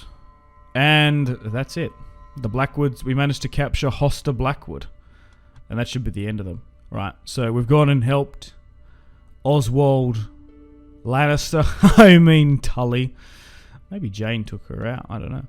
Alright, pretty good victory there. As the Lannister army just comes in and swoops on in to help. Oh no! My liege, Tormund the Proud of House Serret, believes that Willem of 7 Points should be the rightful ruler of the Westerlands. The Westerlands are about to have a full-blown civil war. Gerald is having his claim threatened. I will not be threatened. And war has broken out. Oh, that was a really bad faction. Oh my god. Hornwood, Crakehall, the Westerland lords rebel against their liege lord. And we're outnumbered. Let's rally the banners. And Gerald is having a question to his claim. Some of the Lannisters are siding with us, the others not. So my cousin Willem wants to sit on the Westerland throne. Oh my god. We're about to have a Tarbeck Castamere situation here. I'm sure Oswald will come, but it looks like a lot of houses are siding with them. They actually outnumber. Out of the Westerland forces, we're outnumbered. They were loyal to Tywin, not now to Tywin's son, and I guess all these infidelity. So Oswald's going to come with the River Knights, along with my sister is going to help, essentially. She's ruling in a regency. Oh my god. Well, we're going to have to deal with this. Okay, so I'm going to leave things on a cliffhanger. There's another civil war. The lords do not respect Gerald Lannister. Who's... Okay, so my sons... Oh, we've had some children. That's good. The line will continue with Marjorie, though. But yeah, unfortunately, I'm going to wrap things up here. Thank you very much for watching. At least he's had a son, Tywin and Jason, so his line will continue. Now, the Lannisters do rule Highgarden,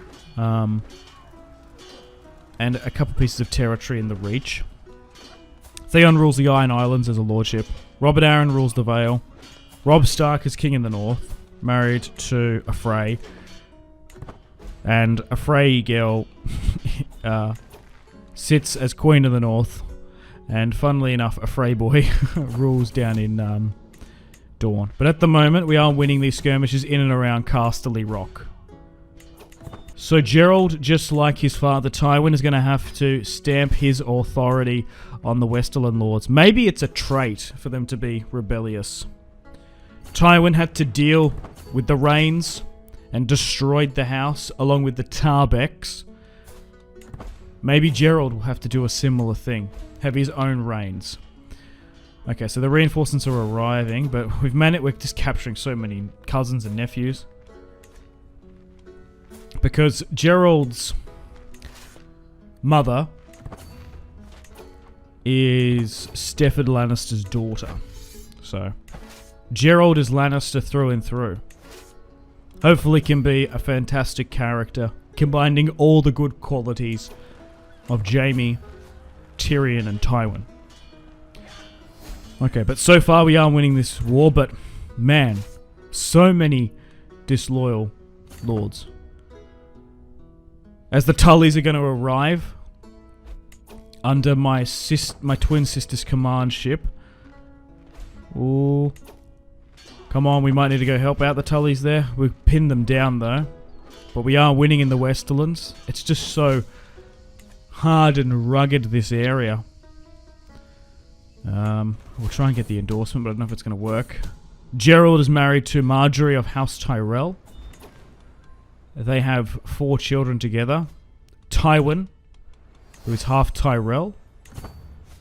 Jason as well. So hopefully they might combine to the title of the Reach in the Westerlands. As Garland sits there as King of the Reach, fiercely independent. But still trying to fulfill my father's dream of putting a Lannister on every seat. But no, Marjorie, 42, has passed away. To be fair, she's had so many children. It's kind of understandable. Like 12 or so? Had children with Renly, Tywin, my father, and now me. Oh, nice. And we're going to end this war? Oh, perfect. We've managed to get the traitors. Oh, what are we going to do? We've managed to win this war, and we've managed to capture the majority of the High Lords in the Westlands. Oh my god. What are we going to do? Do we do a gameplay perspective, or do we do a roleplay? Because, like, what would the son of Tywin Lannister do? I think you know what the son of Tywin Lannister would do. If the West, like, more than half of the lords in the Westerlands rose up in rebellion. Titus Brax, the head of the house, who was one of the main masterminds in this, he needs to be dealt justice. I don't think his children should pay for the sins of his father, but if there's any of them of age that are knights, they probably should be sent to the war. So Titus Brax will be ended. Quentin Bainfort will be no more. These guys are in their 60s as well, going for one last hurrah. Daemon Lannister, my cousin, he should be sent to the wall, because kinslaying is still a crime, and I'm sure the Night's Watch always needs more men. Lord Huldah, these are all formerly like Tywin's courtiers as well. Lord here, Lord Galvin. Yeah, basically, if you're a lord, you should be. Oh my god, Martin Payne, Desmond Crakehall, Reynold Westerling of the Crag, Lord Joss. Oh my god, I can't bear to look. We're going to get rid of all the lords. Alan of Ashmark. Lord Aegon Dane. Red Sword. Sand Dornish. Colmere. Tyland. Or you're a minor lord, so I'm going to... Yeah, okay. So the major lords should be dealt with. I feel kind of bad for the lowborn. They should be either banished to the wall or go to Essos. Probably negotiate your release. So essentially, like Alan Brax here, he's 17. He was doing what his father commanded, but he was a traitor and a collaborator, so he should be sent to the wall. So we'll sort by major lords get ended, their sons get sent to the wall, minors get either sent to Essos or banished to the wall. Lord Emery of Goldmarch should probably go. Alright, there is just so many that we had to go through. We're still waiting for some of them to get accepted, so maybe send some of these guys to Essos. But that means there's going to be a whole new generation of lords that are like Gerald's age. Interesting. Okay. Now, we are going to get a lot of bad relations, but I think from a roleplay perspective, that's good. Lionel the Strongbow. We had to get rid of you too. Alright. To the vile Gerald. So, essentially they have no option, but a lot of these guys have been sent to the wall. Which is good. Nearly done through the prisoners. Others being banished to Essos. But a new restructuring has happened. And the Night's Watch is getting a new flux of volunteers, I suppose. I'm surprised they backed... Yeah, so Alan Brack, 17. Now at the wall. I wonder if any of these guys will become Lord Commanders in the end. Okay, so we do have Queen Sarwyn of the Reach. So she's a Stormland. It's like, why has she got a Durandon crown? I could recruit her. I think keeping her imprisoned might be a good idea, though. 47, Lowborn, Faith of the Seven. So Garland didn't marry a noble woman. And we've still got his children as well. We could potentially use them. Because we're essentially trying to combine the Reach and the Lannister hold. The Greater Reach, as it were. Maybe we can even recruit them. Yeah, they're willing to accept. Because they were under Tywin's guest ship, you could say. Okay, so a lot of new lords. Edmar Craycall. Dennis Plum. Yeah, as you can see, all new lords. Tomard got away somehow. Andros Brax now rules, 23. But I don't know how long for. My piety is down the drain. We're going to have to bring in new courtiers. And Gerald is going to have to live with the consequences of this. His brother's 52. And Tyrion's not going to have a claim. He probably would help Gerald now that Tywin's dead. If Tyrion had another brother, maybe he would be able to mend his relationship. Tyrion the Septon. That'd be so funny. And then who else do we bring in? Let's go with Marshall. Lord Cedric Wheel. Or Lucen... Oh, maybe go with... No, let's go with you. Alright, so Gerald's now single. So he has 4 children with Marjorie. So all those kids are going to have claimants of the Reach. Do I try and marry him into another line? So I could marry Gerald to one of Robb Stark's children. So Princess Sienna is 17. She's half Frey. So he might be more inclined with that. Because Joff, my cousin, and my nephew sits the Iron Throne. And my sister rules from Riverrun. Robb sits in the north by himself. Does have a son. Sansa has 4 Baratheon children. Brandon and... Oh, Rickon joined the wall. Joined the Night's Watch. Went to the wall, joined the Night's Watch. Jon is dead, along with Benjen. We'll see if that gets accepted, and it has. Nice. Stannis still says he's king in Dragonstone. Still LARPing. Has some children. Oh wow, actually Shireen has a bunch of children. With who? Just a random Stormlander. And another line here. Okay, so Stannis' line. That's a cool coat of arms. A ferret.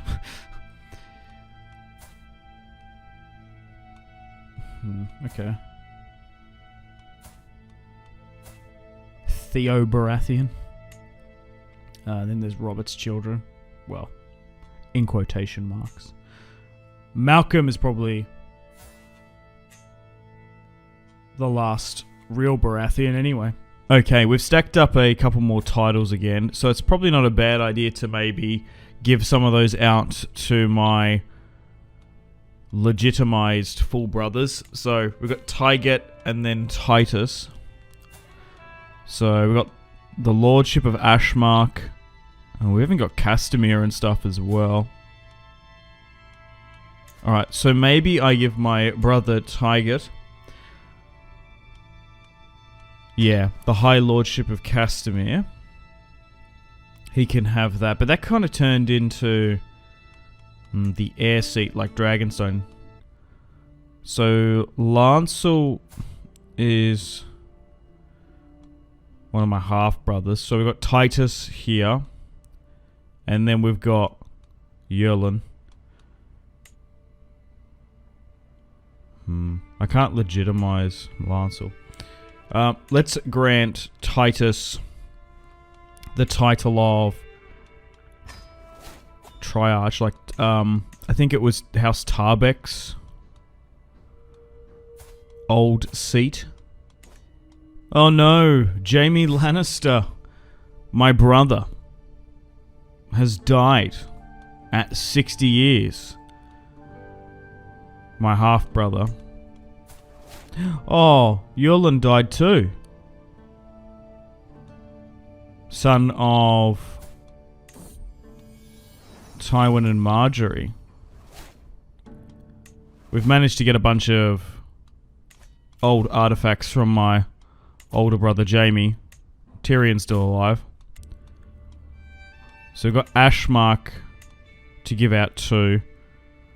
We could potentially give that to Tyget, maybe? Because we asked Joffrey for Ashmark, didn't we? Because we took that from Marbrand. He's married to a Baratheon girl. One of Renly's daughters. And let's put the Maester Ormond here.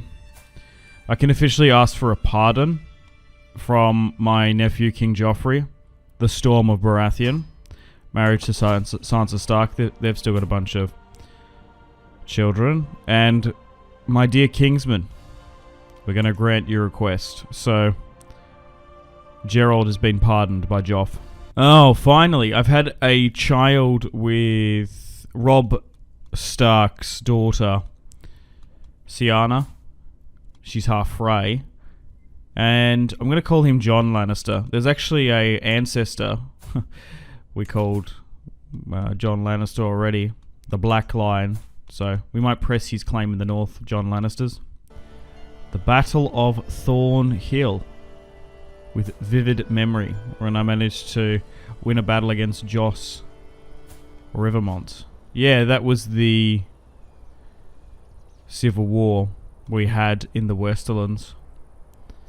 But so far we've managed to solidify Gerald's reign. Okay, so we've managed to inherit Leafy Lake from Pascal in the Border Reach territory that we managed to take. As you see, like there's these 3 Lannister banners in the south. We should be able to give that to maybe my half-brother, Lancel Lannister or Lancel Hill, son of my father Tywin and the wet nurse. A secret has been exposed. Tomard the Proud Sterling. Nora Linster. Maybe she's of Lannister descent. This guy was one of the main collaborators in that civil war. But I think he got away with it. Tyrek is no more. One of my cousins. Oh, hang on. Lord Donald, the Black Swan of Red Watch, has declared his lordship independence. And, okay, so this gives us an opportunity. We could betray Joff. At the moment, he's actually been a relatively stable king. So, I don't think I want to betray my nephew, but you never know, a couple generations down, we might declare ourselves a free and independent kingdom of the Rock. It just depends. Joff is nowhere near as sadistic or cruel as he is in the books, so Only time will tell. We could betray him, or his future children. We're still focusing on the Reach, more or less.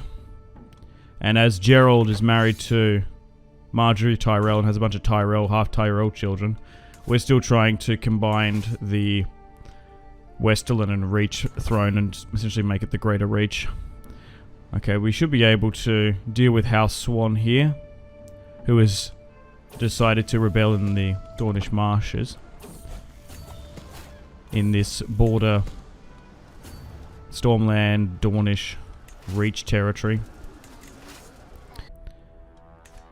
Shame, my uncle Devon, the Red Lion, has died at 55. Always sad to see a Lannister pass away. He was Stefford's brother of my mother's Lannisport line. Lord Gregor Clegane is still about, and his children are nearly of age. He can be my marshal now. Tyrion has finally died at 56. That's a shame. He passed away. So that means all of Tywin's first generation children are no more. Bunch of Cersei's children as well. So my sister Jane still sits in Riverrun. I still hold the Westerlands. Oswald is 11. Can I look to marry him to potentially my daughter Joy Lannister? Okay.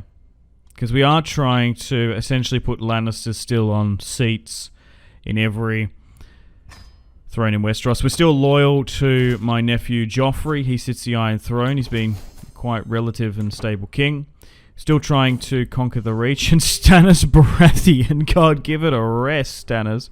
You're 65. Okay, so it looks like we're going to back Joffrey once again. Lord Theon rules the Iron Islands. Garland Tyrell rules the Reach. Half of it. He doesn't even hold Highgarden. Still says he's king. Robb holds the North as king. So it's like Edmure's son, who's half Lannister, rules in the Riverlands. Robert Arryn in the Vale. Sansa Stark is still married to Joffrey, so I suppose that's why Robb is independent. Sansa's still whispering in his ear. Alright, let's move over to support Joff against Stannis, because he's still about in this series, surprisingly. Ariana Martell rules in... Wait. Oh! What? So my cousin, Oswald, is supporting Stannis Baratheon? Oh, I hope Oswald doesn't die. He's half Lannister. And we just did that betrothal. Okay, well, maybe we just try and focus on Stannis and try and bypass that Riverland army. Yeah, Ariana Martell's married to the Frey. Robb Stark is still married to a Frey as well. Didn't go with the Westland. I don't know if you can hear this, but my bloody neighbour is doing a bunch of work at his property. The Australian dream with the angle grinder out. Okay, right, let's move to Dragonstone and try and siege it. Sorry, you're hearing an angle grinder. Machinery tools in your dragon game. I'm sure the immersion has been broken. If it gets worse, I might have to stop for a bit. Alright, we managed to take a hostage there. Let's move to High Tide, the seat of House of Velaryon. Oh, and Stannis has rocked up and crushed Gerald. Oh no. Oh, and we've been pushed even further out into the Crown Lands. My brother, Lord Lancel Hill, has created a cadet branch. That's cool, of House Lannister. Green and like a black sigil. Oh, Stannis has now died at 66, and his daughter Shireen. So yeah, still fighting for the Baratheon claimant, because Jaime and Cersei's son Joff still sits the Iron Throne. Okay, so wow, Stannis is still wielding a lot of military power. Oh, hang on, they're about to capitulate, I think. Yep. And Shireen is now 41. She still has a bunch of children. But the Baratheon line has changed, so it's still the Kingdom of Dragonstone. Alright, so we've managed to support Joff. Again, winning another war. We've beaten the Reach like 3-4 times. We've managed to fight one Dornish war. We've managed to defeat Fagon and then Renly Heaps. Okay, so Shireen now sits in Dragonstone. She has a bunch of Baratheon children. Okay, let's continue with the martial lifestyle. Let's bring in another counselor. Let's go with my cousin Leo Lannister of Brandybottom. That'll do. Okay, I've had another son with Robb Stark's daughter. So that's now 3 half Lannister, half Starks, and a little bit of Freys. Robb has a bunch of children. Same with Sansa. Okay, so Robert Arryn passed away at 39. And his son, Lord Mandan the Red Falcon, is 22. And he is married to my half-sister, Bologna Lannister, daughter of Tywin and Marjorie of House Tyrell. Oh, okay, so Joff has left for some reason, and his son, Prince Joffrey the Leper King, is his regent. Daughter of Sansa Stark, okay. I wonder what type of king he's going to be. Oh, yeah, maybe we overthrow them after Joff. Alright, so it's been a little while since we've had a look at the family tree. So we've got Lord Gerald, the Lionheart, and we've got the Lancel Hill branch, House Landry. Oh, that's really quite cool. I was hoping that cadet branches would start to form. So, he's formed his own house. Lannery. So, son of Tywin and of the Wet Nurse. That's really quite cool. So we're growing cadet branches in the Westerlands. Okay, Leo is down here. Alton. And Lucon.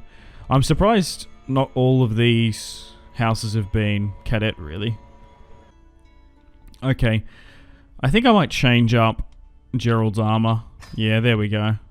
Just make it look a little bit better. I wasn't digging the toga, for whatever reason. Oh no, shedding this mortal coil. Traveling through dark woods with my retinue, we are accosted by a band of rogues. Oh no, they seem to be more interested in our lives than our gold. Though my men fought bravely, the brigands had the element of surprise. I run fast as I can until I think I've made it to safely. Then over the noise of battle, I hear a twang and a single bowstring. Gerald has died to Lord Moore's Crag. We gave him his vassalship. Lord Moore's of the Crag of House Westerling, in a coup d'etat, has managed to kill Lord Gerald Lannister, only ruling for 9 years at 31. Lord Tywin, his son, who is half Tyrell, oh my god, now rules the Westerland throne. Ironically, being taken out by a crossbow, like his father in the canon, and his half-brother, Jeremy Tyrell, his half-brother through Marjorie. So, okay. So, Tywin's father is Gerald, and Jeremy's father was Tywin, both the daughter of Marjorie. So, Jason, John, Rosalind, and Roderick. Oh no, unbelievable. So Lord Tywin, 8 years under the Regency, has a claim to the majority of the Reach. We're going to have to deal with the Westerland Lords. Marjorie's no more. So King Garland is actually my uncle. We could actually take the claim through there. So Marjorie had like a couple of marriages. So yeah, okay. So there's like the 3 children with Renly. Then there's the children with Tywin and Gerald. So Malcolm is like married to my cousin there. So Jeremy Flowers is the son of Tywin. We've had to reappoint my small council now. Or not the small council, the Westerland Council, if we want to be more specific. Ormond is our hand. My uncle Titus, son of Tywin, now is going to be my councillor. My uncle Tyget, son of Tywin. My uncle and brother-in-law is the steward. Martin is my men-at-arms. The Lady Hewitt. And we've got a Septon there as well. To the charming Tywin. Lord Mandan, my brother-in-law, because he's married to my half-sister. Interesting. They've made an alliance with the Vale, at least. We can't negotiate an alliance with my uncle Garland, who is king in the Reach. But we can with my uncle Lancel Hill, and some other small alliances there too. So a new lord, a new situation. So we've got Lord Tywin, 8, the grandson of the late Lord Tywin, has a claim through his mother Marjorie on the lordship of the Reach and ultimately kingdom, as Garland still claims to be king. Maybe for role-playing purposes, we'll get Jeremy Flowers, illegitimate son of Tywin and Marjorie, to persuade the young Lord Tywin to say, hey, you can claim the entirety of the Reach and make it the greater Westerlands. So we're going to declare war upon the Tyrells and essentially make the young Lord Tywin king of the Reach and the Westerlands. We're going to raise our banners. We've got a bunch of Tyrells as well. The Lannisters and the Tyrells have well and truly mixed anyway. And we're still going to try and continue Tywin's dream of seating Lannisters on the majority of the houses in Westeros, by blood or by conquest. So, my brother-in-law Mandan, who's married to my half-sister of the Vale, son of Robert Aaron, is going to come over and help.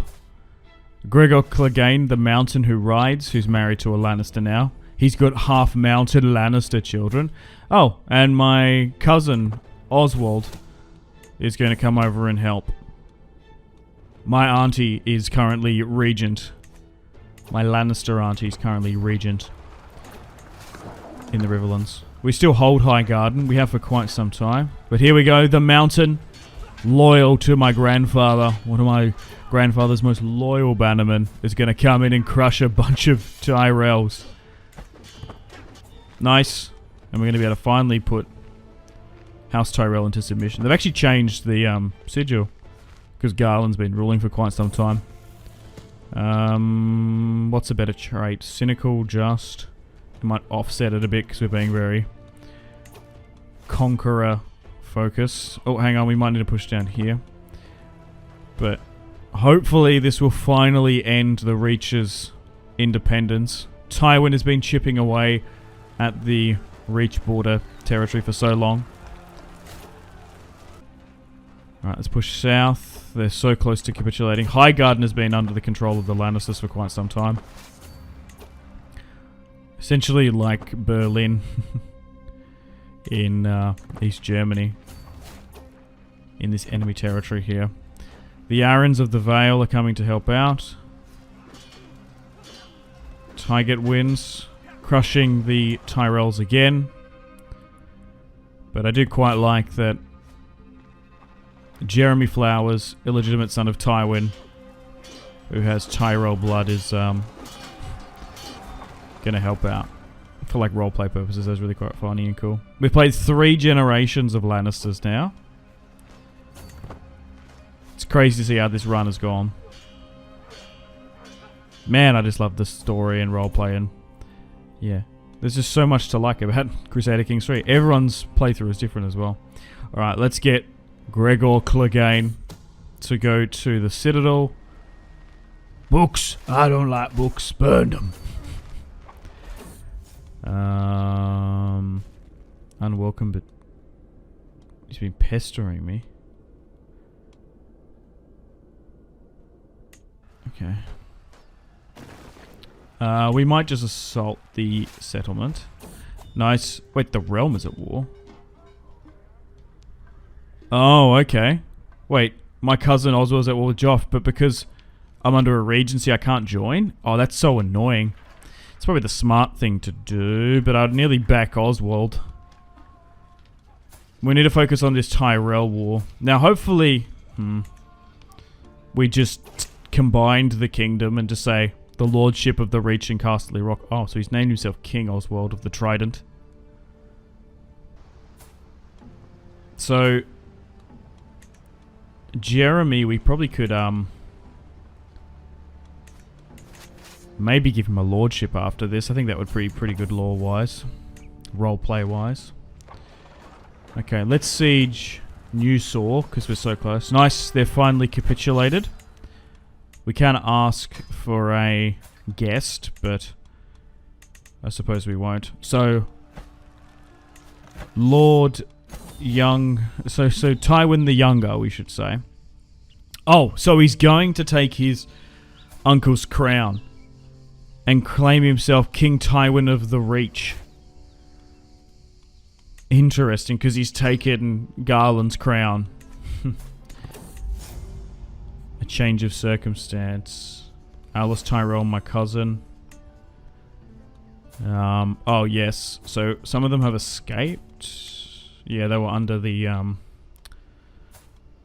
Tywin's, tutelage. So, now he's just a lower lord. Okay, and the Reach now extends all the way up the Westerlands. So we've got Highgarden.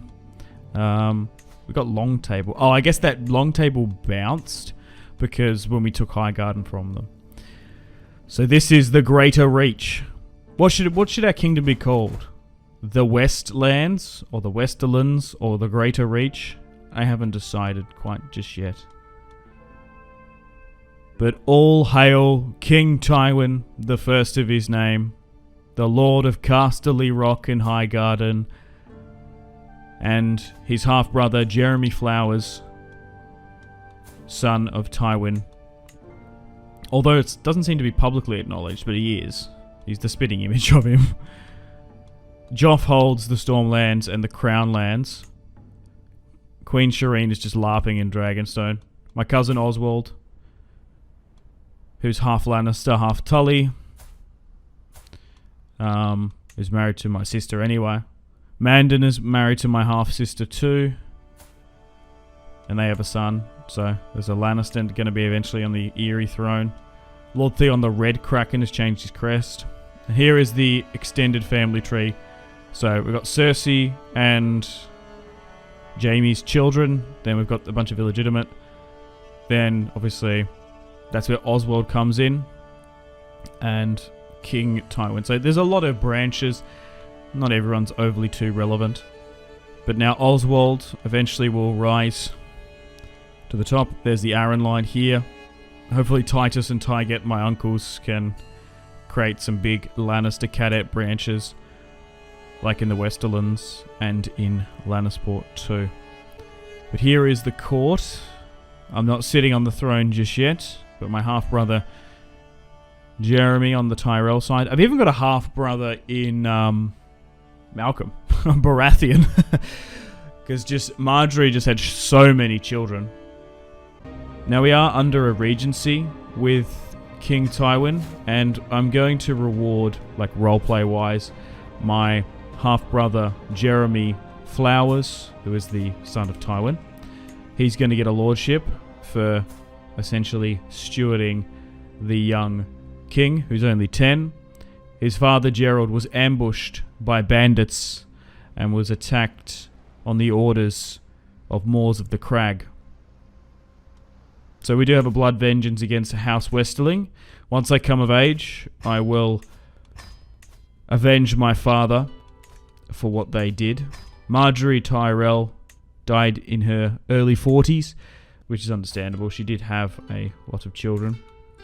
So we're going to go through here now and try and pardon and continue up our alliances. But at the moment, we've fulfilled Tywin's dream of essentially uniting the Reach and the Westerlands under one High Lordship. At the moment, Joffrey's allowing us to keep his crown. Malcolm, my half-brother, we could marry off, but I kind of want the Baratheon line to die out.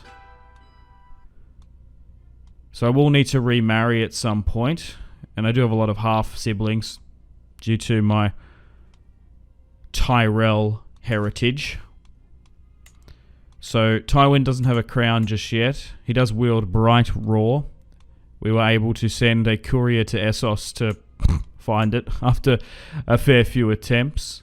But we're still trying to fulfill Tywin's ambition of seating Lannisters on all the thrones in Westeros or lordships.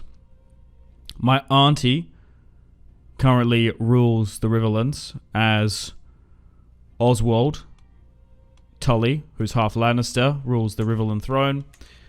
Joff, obviously the son of Cersei and Jaime Lannister, rules from King's Landing with his children, who are half Stark. And Dawn is still independent to some extent. Same with the Iron Islands. So, depending if we play our marriage alliance as well, we're getting to the point where we're coming, what, 2, 3, 4 generations down the line. So maybe now that Tywin rules the Westerlands and the Reach, he might have enough power to go against Joffrey.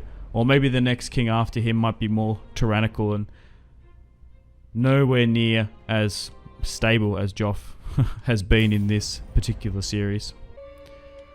So we will need to try and find a marriage alliance with him. We could marry one of Edmure's illegitimate daughters as a Dane, but we're getting to the point here now. Maybe we should just make a claim for the Iron Throne, as the Lannisters rule there. They're the new dynastic rulers, so maybe we can just go by right of conquest. Or maybe we look for various candidates with Targaryen blood.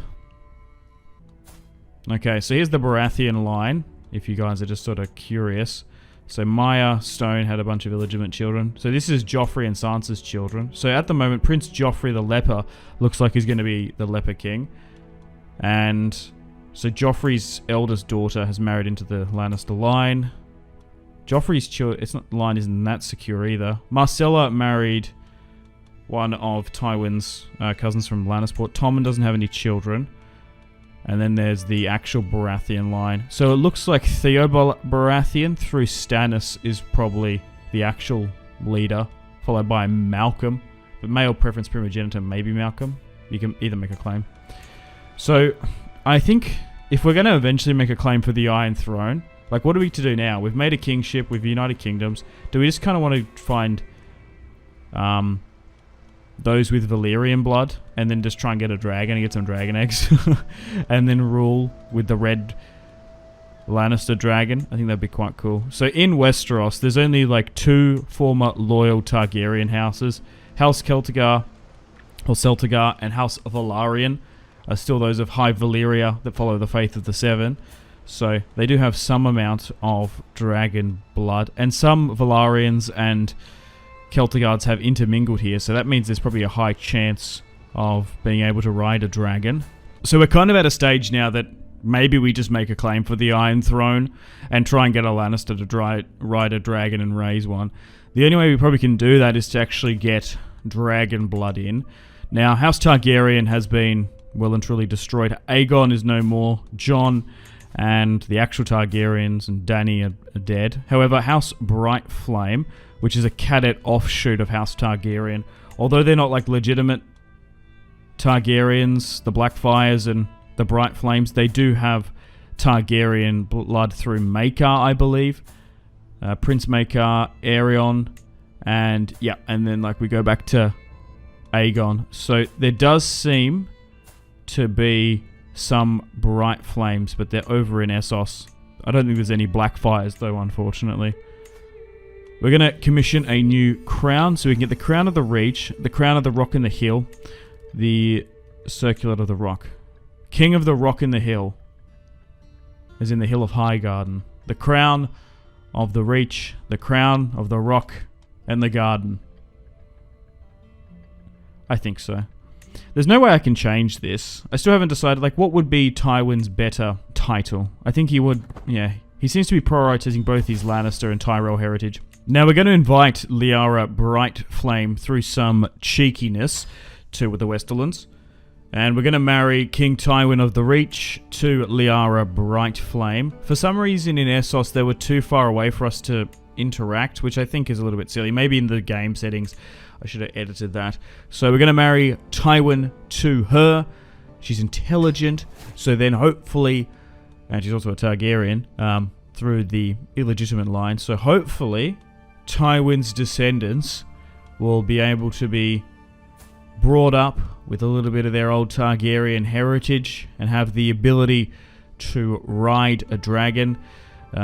We might need to change her culture though, but yeah, she's of a dragon riding house, so that should be more than enough. And then we'll try and get her children to be nestled with dragon eggs. We might need to send some scouts to Valyria or Essos to try and find some dragon eggs. You should be able to do that, but I'm sure we'll be able to find other methods if we can't.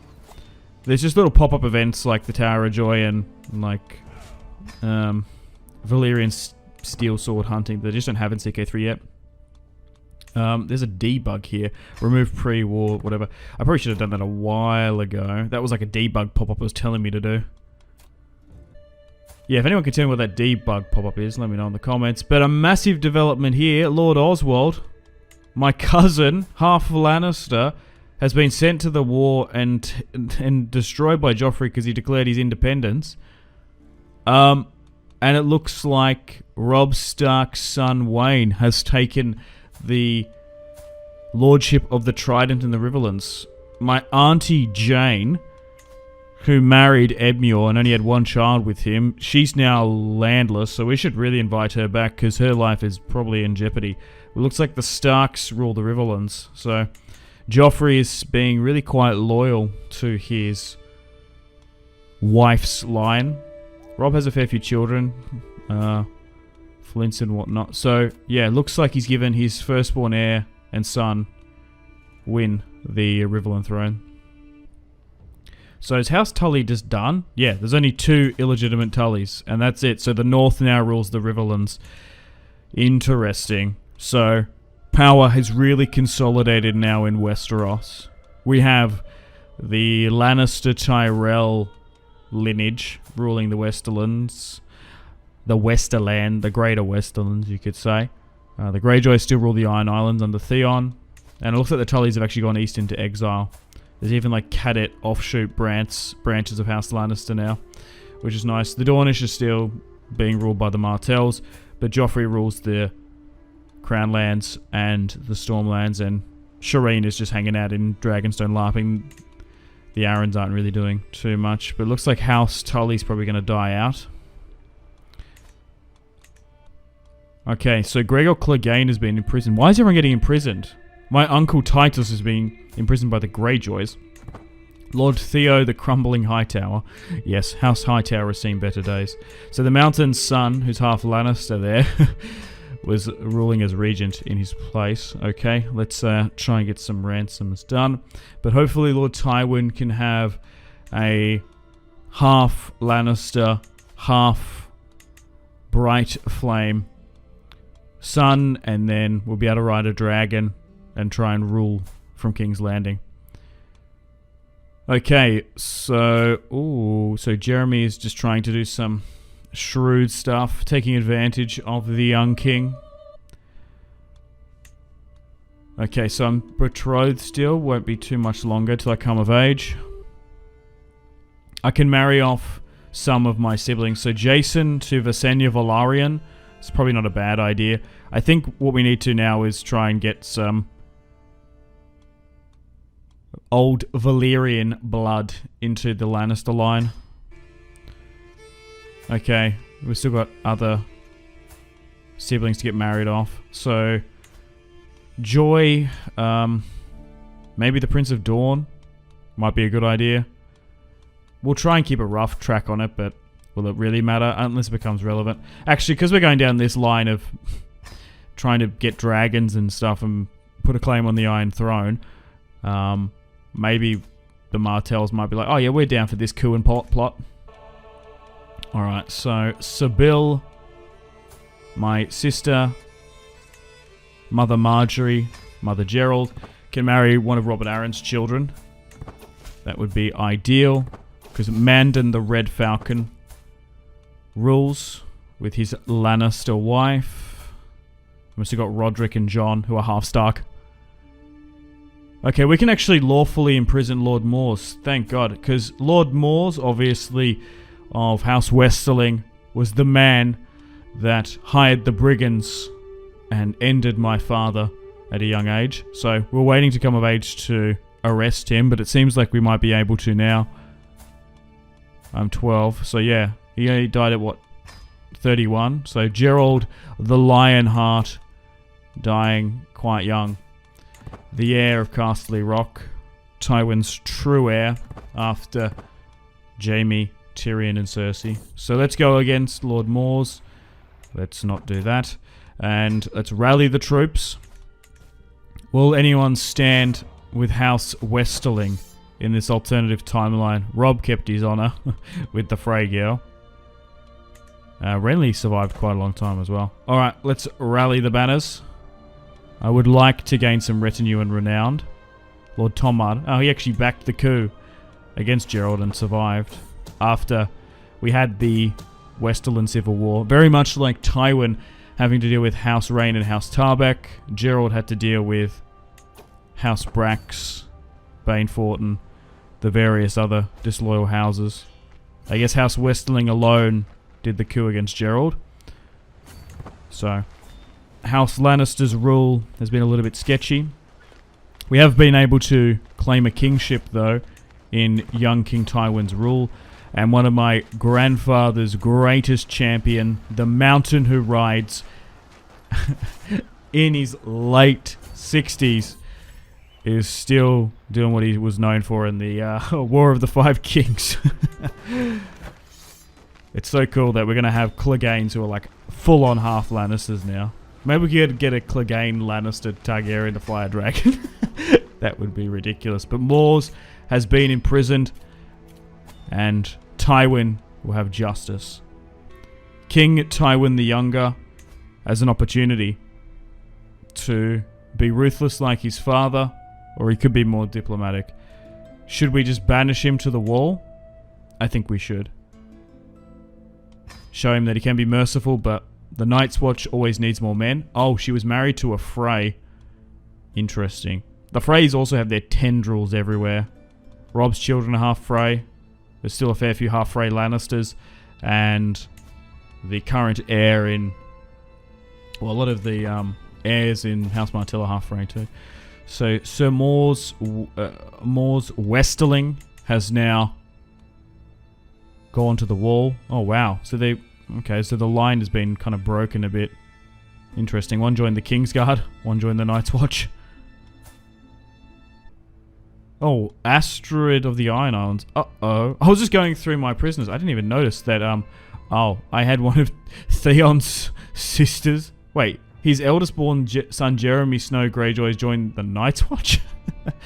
Oh my god, Theon has so many children. House Greyjoy is massive. Balon didn't have that many kids, except for Astrid here. Oh, so maybe that's why he imprisoned Titus, my uncle. So we'll let Astrid go. I didn't even... you check the dungeon. Wait, what? Why are you here? You should be released. To the noble King Tywin, I'm happy to inform you that Lord Jeremy has relinquished his position, since his duties were weighing so much on him. Oh, okay. So this is my uncle, Titus. One of Tywin's second-born kids. Second, like, lot after the first gen. So this is Gerald's full brother, Tyget. Wait, they oh! Oh, no. Oh, he's just saying that because he's not going to know. Interesting. So he's 12. Okay, so in a coup, my uncle Tyget has taken control. So Jeremy Flowers is Tywin's son. Interesting. So here is the line. Because Tywin had a couple of illegitimate children as well. Okay. So, Jeremy has now formed his own house. We did give him a title down in the Reach. But he's actually taken the dynastic head of House Tyrell. Interesting. A secret has been exposed. Lord Jeremy has accused Lord Fenton. He does look like Tywin, though, but with Tyrell features. Sure, we'll believe him. We did land him, but it is cool that he's managed to create a Tyrell cadet branch. Yeah. Well, he's actually older. Yeah, maybe if you... The daughter of Tywin and Marjorie. Yeah. I guess through Gerald's line. A lot of confusion as to who's who.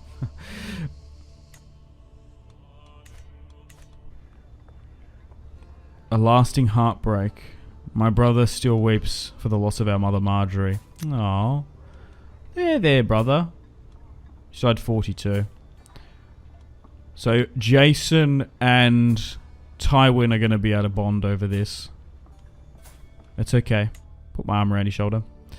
Yeah, so Jeremy's the dynastic head. So where is House Tyrell at the moment? So House Blackthorn is up there.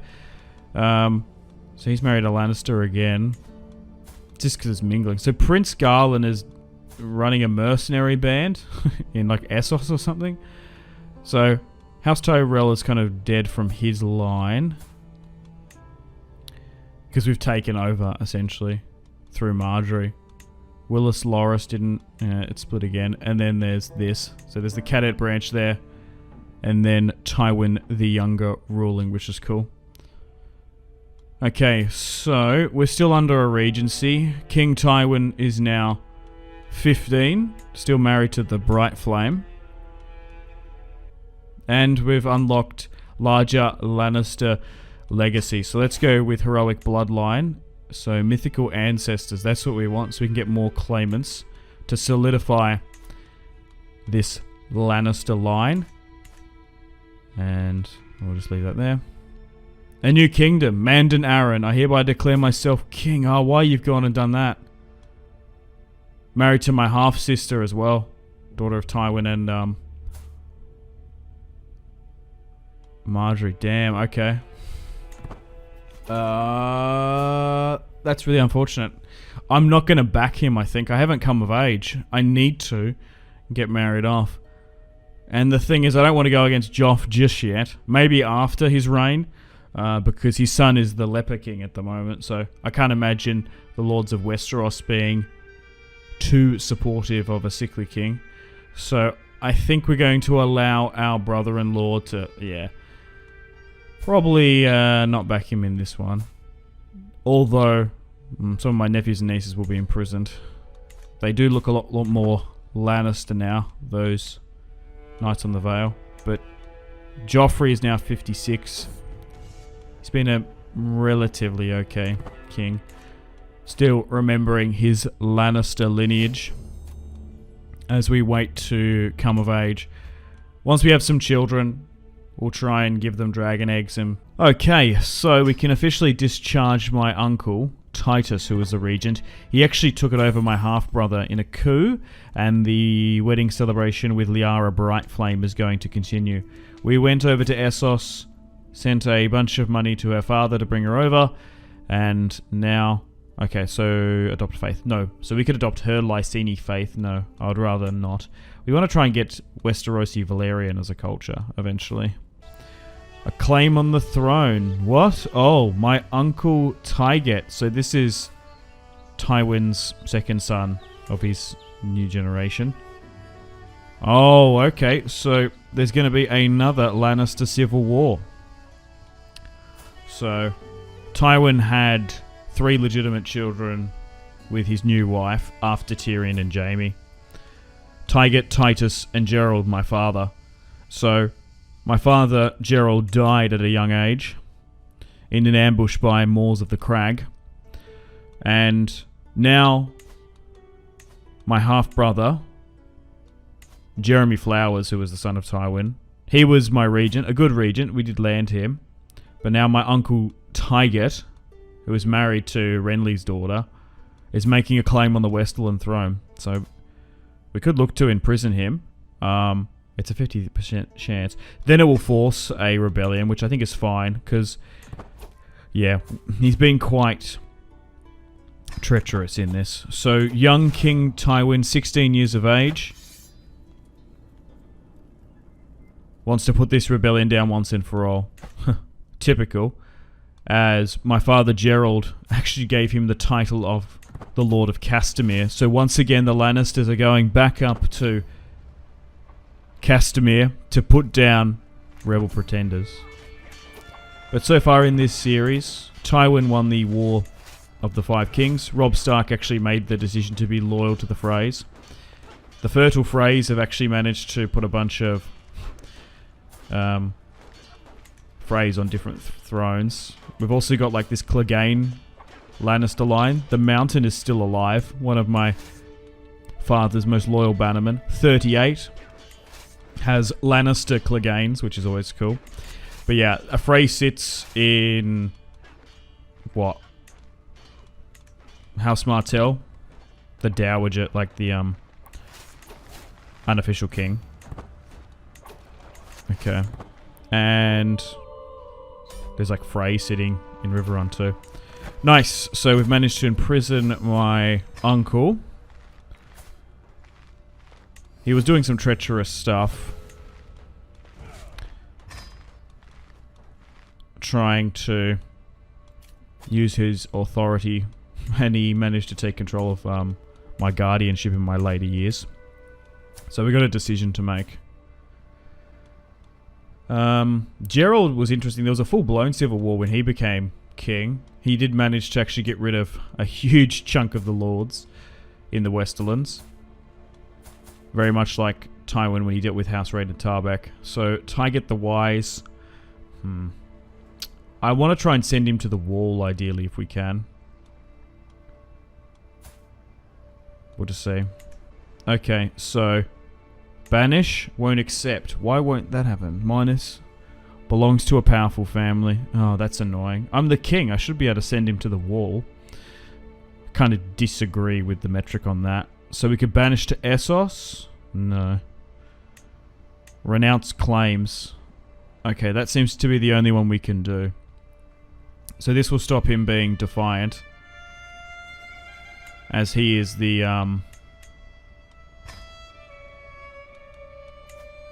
he probably has more Lannister blood in him, I guess. Me being half Tyrell. The reason why it's the Reach and not the Westerlands is because we took my Uncle Garland's crown. Because the Reach has been quite defiant. Oh, my wife is pregnant. Yeah, for some reason the Reach this entire campaign has been a free and independent kingdom, so...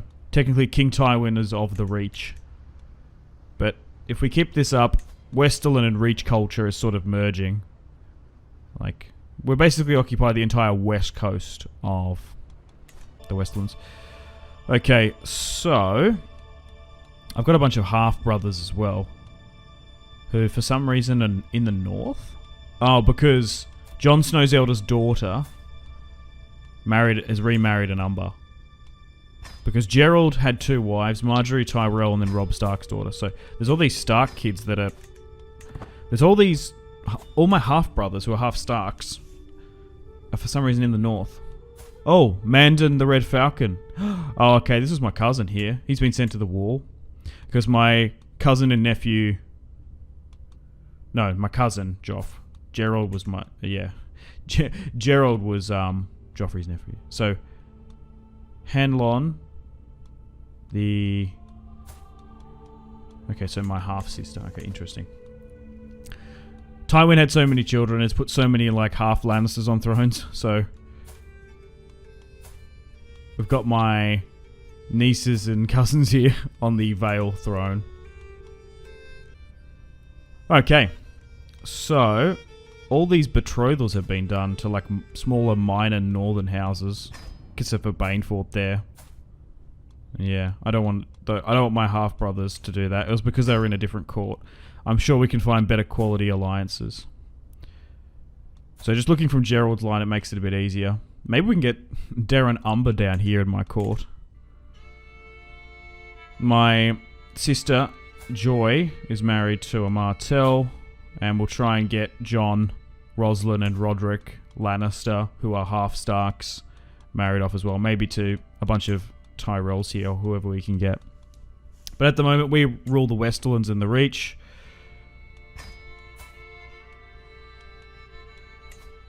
Joffrey sits the Iron Throne, and the Starks own the Riverlands and the North. The Martells down in Dorne. Let's get this married off. And we'll try and basically just marry off to some cousins. Let's invite some more knights. And Joffrey is still allowing us to be free and independent. Okay, looks like my cousin Reginald of the Lannister line making a friendship. Oh, a daughter and heir. Nice. So Liara Brightflame, the descendant of Maekar Jaehaerys Aegon. So we'll call her Jane Lannister. Fears from my past. Oh no. Yeah, Gerald died when he was not even 30. Marjorie died in her 40s as well. So, yeah. A little bit a shame, but hopefully Jane can be our next heir. Okay, so Lord Titus, my uncle, he's going to come and bend the knee. And let's continue down the diplomatic lifestyle, and we'll allow other knights to lead our armies. Oh, that alliance just went. Oh, Titus died of his wounds. Oh, okay, that's unfortunate. One of my brother, my father Gerald's brothers. So there's the Lannister line there. An opportunity for peace. Okay. So it looks like my wife, the Queen Liara, is negotiating with Lord Tygart. Interesting. So we can... Oh, because we're diplomatic, we basically can come to an agreement. He renounced his claim. We're not going to send him to the wall. And we should be able to live in peace. But as you can see at the bottom there, I've got so many half-siblings through Marjorie. Secret has been exposed. We can ignore that. That's nothing. Foss away and whatever. Doesn't matter who that is. Doesn't overly concern me. He's got one arm. A son and heir. Nice. So let's name him Titus. We haven't used that name in a while. And then we might go with some Valyrian names potentially. Oh, okay. So King Joffrey is now still sitting the Iron Throne, but he's dying. Maybe we make a play. Okay. I think we should declare war against Joff, because we've got this war of revenge for Osmond, who is my cousin. He was half Lannister. He basically got cooed in the Riverlands, and now the North rules it. So we can use that, or we can use the excommunication. I think the excommunication is stronger, but with Joffrey Baratheon very sick and dying, we might be able to unite and try and put a stop to him. His son and heir, Joffrey II, if he does rise to the throne, is more of a leper king. How can we allow him to rule Westeros when we can't even see his face? He hides disfigured in an iron mask. So, the Reach, the Westerlands, Casterly Rock and Highgarden, with King Tywin married to his Targaryen girl, is going to march on over and try and put a stop to Joffrey, the son of Jaime Lannister and Cersei Lannister. Okay, so let's move south and try and crush the army. Nice. So Gregor Clegane, the mountain who rides, is still carving up stuff. Oh, but he managed to... Okay. Oh, but it did the thing where it ends inconclusively. So Joffrey died at 58, still married to Sansa Stark, and now Joffrey sits the Iron Throne. King Joffrey II, son of Jon and Sansa Stark, is disfigured and is the Leper King. We can't allow him to rule Westeros. Overall, Joffrey's reign actually wasn't too bad. There were still wars in Westeros, but yeah. We still want to try and have a proper Lannister on the throne. Okay, so we can't declare war upon him just yet. Oh, we can use Malcolm Baratheon's claims, who is my half-brother, through Marjorie. We could use that and then strip him of those titles. So Joffrey now sits the Iron Throne, but we have crushed the Crownlander army. Oh, we can form a hybrid culture. Okay, so let's do that. Huh, interesting. Because we've been the king of Highgarden and Castle Rock for so long, a new culture has emerged. Interesting. So, Reach Westerland. I think we could probably try and think of a better name. I'm not entirely sure what to go with, though. Because it all is like the Westerlands. Okay, so we're going to unite Westerland and Reach culture. This is good because it's going to allow me to rule over both of them.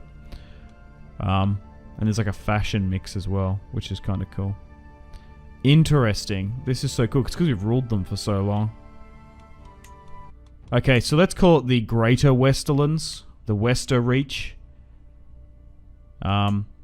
Maybe there's a couple titles. The Greater Westerlands, I think. Because obviously House Lannister is ruling from Castle Rock. It really should be King Tywin of the Greater Reach. Or the Westerlands. Maybe if you're from the Westerlands, if you're from there, it's the Greater Westerlands. If you're from the Reach, it's the Greater Reach. The Greater Westerland hybridization. A new age, a new a new era, a new people. King Tywin, the Greater Westerlands. That's cool. I think that's really quite nice. So we've sort of combined that title because, yeah, King Mace, King Garland were free and independent, always backing Baratheons against the Lannisters. They wanted their own sort of kingdom. And now King Tywin of House Lannister, after his grandfather managed to bring Marjorie into his camp, has now usurped the title. So King Tywin of the Greater Westerlands. Okay, so maybe we can go in again. We did manage to win that battle, but House Tarrant? Oh yeah, okay. Like Meryn Trent. So we can't use any of these claims. My cousin Harlan might. Okay, well, how about we declare war upon Joffrey II? Seems like we're going to be able to win this by bigger army diplomacy. So he's got the Stormlands, the Crownlands, and the High Lordship. So what we could do is use my half-brother's claim, Malcolm, and then we'll just strip it from him because he's got no children, basically. It's just because it's game limitations. You should just be able to do by right of conquest, really. Like, hey, we got the army, let's just do it. It's just because of how the titles aren't working exactly. We are using the bookmark submod, so there's been a little bit of stuff here and there that's not exactly right. Okay, oh, so the Arryns and the Martells will back the new king. Interesting. Alright, let's move east and try and bring down this new king. Joffrey II is no true king of ours. How can a king who's never shown his face rule Westeros? As Gregor Clegane moves in with 80,000. This is going to be make or break here. We did manage to crush half of the Lannister army before when Joffrey was ill in a little bit of turmoil. But King Tywin is going to go again. And hopefully we can claim victory in this one. Nice. Liara is now pregnant. Let's continue to push and look to siege King's Landing. As Gregor Clegane, nearly in his 80s, is still messing up Westeros and the Crown Lands. He did more stuff in the Riverlands, though. Okay, nice. We're doing well against... The Riverlands was controlled by my cousin Oswald. That was potentially a claim. But the Baratheon line has nearly died out. House Arryn is mostly half Lannister. The Martells are kind of half Lannister and Frey. The Ironborn are just doing Ironborn things. But although Joffrey's reign was relatively... we might lose this. Hang on, we need more reinforcements down here. I've had another son. No, we called the last one Aegon. Hang on. We did, yeah. I'm married to Liara Brightflame, the sleeping dragon.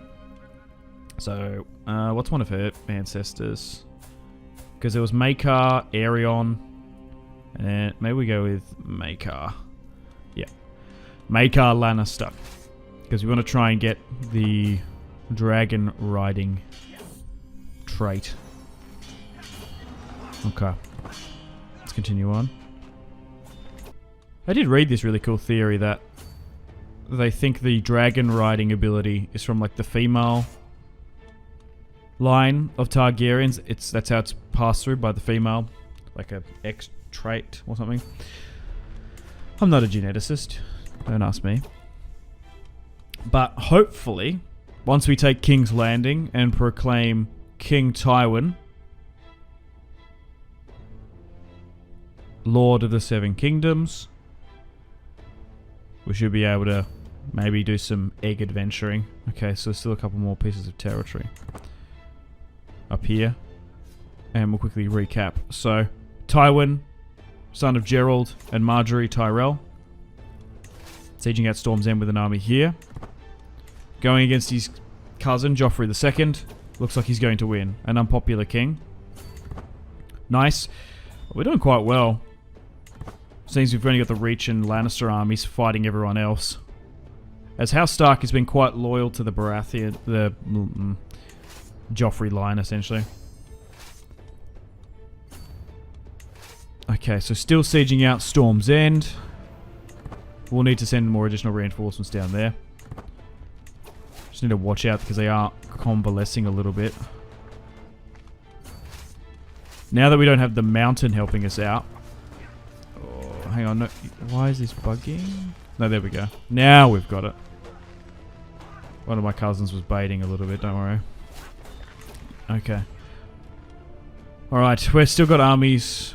The thing is, once you win a couple battles in the open field, it only gets to 50%. Then you need to start retaking lost territory or taking castles. But when the armies are so big like this, you still, like, even with 7,000, you can't really let them be too vulnerable. Okay, so we lost that there, but we're still winning the majority of these fights. We just need to now start taking some castles. Wait, what's this Frey army? The Freys of Rosby. Told you these fertile Freys. Okay, let's get married off here. Yeah, the Freys are everywhere. Robb Stark married... Well, yeah. Robb Stark married a Frey in this. So did the current heir of House Martell's half Frey. We got the Rosby Freys down here. Yeah, okay, it's Preston Frey. Alright, let's go to Rosby and take this cadet branch. We might even need to do our own personal coat of arms because we're sort of forming a different branch as well. Okay. So we are technically using my half-brother's claim, Malcolm, son of Renly and Marjorie, to take King's Landing. Just for gain limitations. I don't know what the roleplay would be, but we'll just try and strip the claim from him, essentially. Nice. Oh, what? Invalid? Malcolm Baratheon's claim has ended. He's not your vassal or your courtier. Oh, what? Oh, that's infuriating. A new kingdom, what? Okay, so King Agar Blackiron, son of Theon Greyjoy the Red... Oh, Theon's dead, okay. He's declared his independence. Interesting. Wait, a new kingdom? Oh, okay. This is a little bit confusing. So, although we had the war inconclusively, so Linetti is now independent as well. She's half Frey, half Martell, married to an Ironwood. Oh, okay. So it looks like we're going back to the Kings and Rivers of Hills situation. So it seems like the Seven Kingdoms is being broken up and has been ruled by kings mostly. Huh?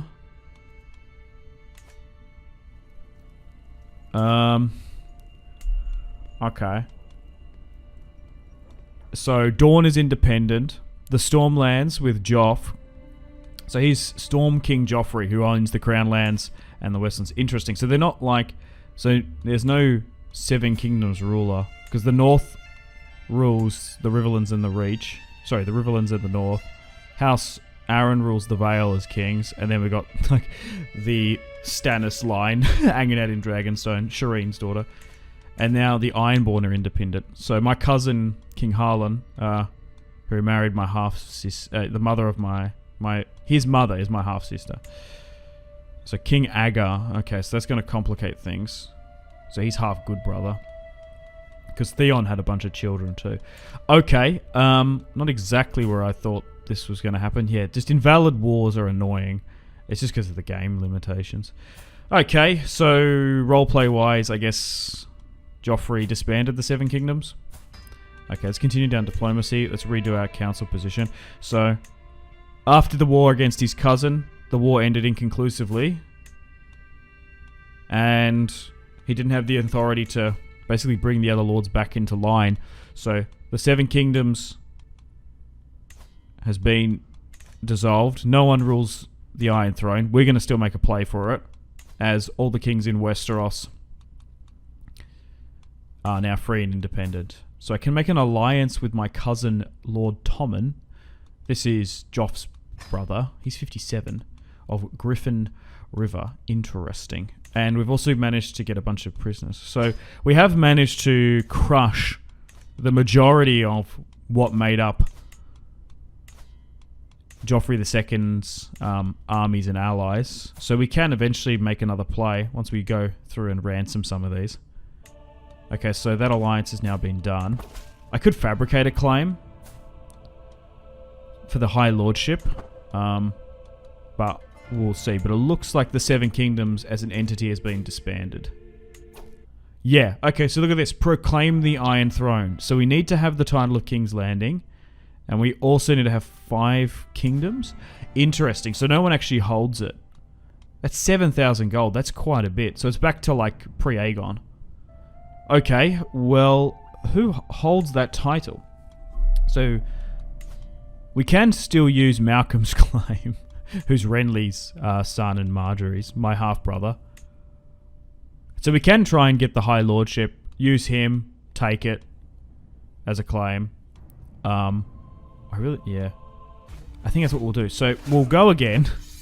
Okay, so he's only got 20,000. So the North, the Yarrans, and Martells might come in, but they're not going to be able to come in through Iron Throne de jure. Okay, so let's move back in. So essentially everyone's rebelling against Joffrey II too. Okay. Oh, I'm ill. We'll have to be a little bit careful here. Alright, let's move back in. So, King Tywin of the Greater Reach. 3rd time against Joffrey's descendants. Nobody sits the Iron Throne. I've had another son. So we've already got Aegon. We've already got Maekar. Titus. Maybe we just chuck in another Tywin. Yeah. Why not? A lot of these kids are still having the intelligent trait, which is fantastic. Alright, let's move to King's Landing now and try and depose King Joffrey II. It's kind of cool from a roleplay perspective that Joffrey's son is a defigured, disloyal, like everyone distrusts the man behind the mask. Come on. Jane learned the Valyrian tongue. Nice. And let's crush his army there. Perfect. Oh, we managed to capture him. Can we take one of his daughters as a house guest? Maybe. Let's enforce those demands. And so be it. We've managed to take the High Lordship of King's Landing. So Malcolm, the Noble Stag, is probably one of the last... He's probably only one of 2 of the Baratheon line. So he's now taken it. So Joffrey's still about, though. Interesting. So we can strip that from him, and we should be able to. But he is technically our liege lord. Get some of those. So we're technically his liege lord. Let's go to the Citadel, get another maester. Get rid of that pop-up. Let's go with... Oh, I don't know. Sure. You can be master of ships. Okay, so as you can see here, it is falling in under our domain. So Lord Malcolm, my half-brother, who's 58, only has a daughter, quite recently too. So we can revoke his title, which we will do, and he's going to have to accept. Now what's going to happen to him, I want to know. Just wait for it to process. So we're going to have Lordship of Highgarden, and then King's Landing. And then, if we got the money, we should be able to do it, I think. Dear brother, I have no choice but to accept. He does quite like me, though. He still likes me, even though we did it. Joffrey's not too happy. Okay, so now... Yes, the High Lordship of King's Landing, we officially have it. So King Titus does control King's Landing. Oh, okay. But, like, we have to get 5 more kingdoms under our control before we can proclaim the Iron Throne. So it's in a state of limbo, even though we control it. Okay, right. Yeah, it's just because of the game limitations. It's prioritizing, like... It's CK3 doing, like, lordships and ranking stuff higher, I guess. Okay, I'm sure there's a roleplay and headcanon. Okay, so technically we sit here. It's cool that we got the Tyrell and Lannister banner up there. Oh, yeah, so we own the Iron Throne, but we can't put it down. Okay. We can't move our court here, even though we hold it. Interesting. So basically, when Joffrey lost that war, it basically meant the Kingdom of the Iron Throne title, like, it was destroyed. That's annoying. So we couldn't, like, take it from him. Interesting. Interesting. Okay. So we can build some roads from King's Landing. Okay, and we can manage some realm affairs. An interesting position we're now in. So I guess we're in, like, a position of, like, petty kings. We control King's Landing in the Greater Reach. King Tywin, for all intensive purposes, sits the Iron Throne. His cousin, Joffrey II, holds the Stormlands and some of the Crown Landlords. Robb Stark's son rules the Riverlands and the North, as House Tully has died out. Half Lannisters sit in the Vale, the Ironborn are still free and independent, and the Martells are half Frey. But here's the family tree. A bunch of Tywin's children, those illegitimate, some even making a cadet branch here. House Landry, one of Tywin's sons. And then House Tyrell is, like, pretty much destroyed. There's not too many left of, like, a different branch. The head of the house is Jeremy Blackthorne now, an illegitimate Tyrell, illegitimate son of Tywin. But House Blackthorne is growing. Yeah, because Marjorie had so many children. 3 children with Renly, 3 children with Tywin, 3 children with Gerald. And so a Lannister currently sits the Vale. So he'd back us. Interesting. And then we've got House Blackthorne there. It's a cool sigil. We could maybe even open our own. So I wonder if we can intermingle with Bright Flame's children and maybe be able to get dragon riding ability at some point. But alright, well, unfortunately on that note, it's probably time to wrap things up here. Thank you very much for watching. Hope you've enjoyed episode 7. And I'm probably going to put a pin in the campaign here. Maybe move on to something else. Let me know in the comments if you'd like to see the further reign of King Tywin. We've done 3 generations. It's been, what, 60, 80 years or so since the War of the Five Kings. And now Westeros is in a position of a bunch of petty kings. Lord Tywin sits the Iron Throne. Maybe we should try and get some eggs and then get a Lannister to ride a dragon. I think that would be quite cool. It would have to be one of Tywin's sons or daughters, though, because then they're going to have the dragon riding ability and trait from his wife with Targaryen blood. But the North still is ruled by the Starks and the Riverlands. House Tully's no more. We've got good allies, half Lannisters in the Vale, and I guess Joffrey II himself is half Stark. But yeah, hope you've enjoyed this series. I've had an absolute blast recording this marathon of a campaign. But over the next coming weeks and months, the upload schedule might be a little bit inconsistent as I'm going to be away on a scheduled and pre-planned holiday. So the uploads will be sporadic towards the end of the year. So my apologies, but I'll try and get back on when I can. But anyway, guys, thank you very much for watching. Like, subscribe, all that good YouTube stuff. I've got a massive CK3 Game of Thrones catalog now, and we've also got Simpzy Total War if you want to see some Total War content. But yeah, make sure to take care of yourselves. Have a fantastic rest of your day. My name has been Simpzy. I'll see you in the next one. Thank you so much.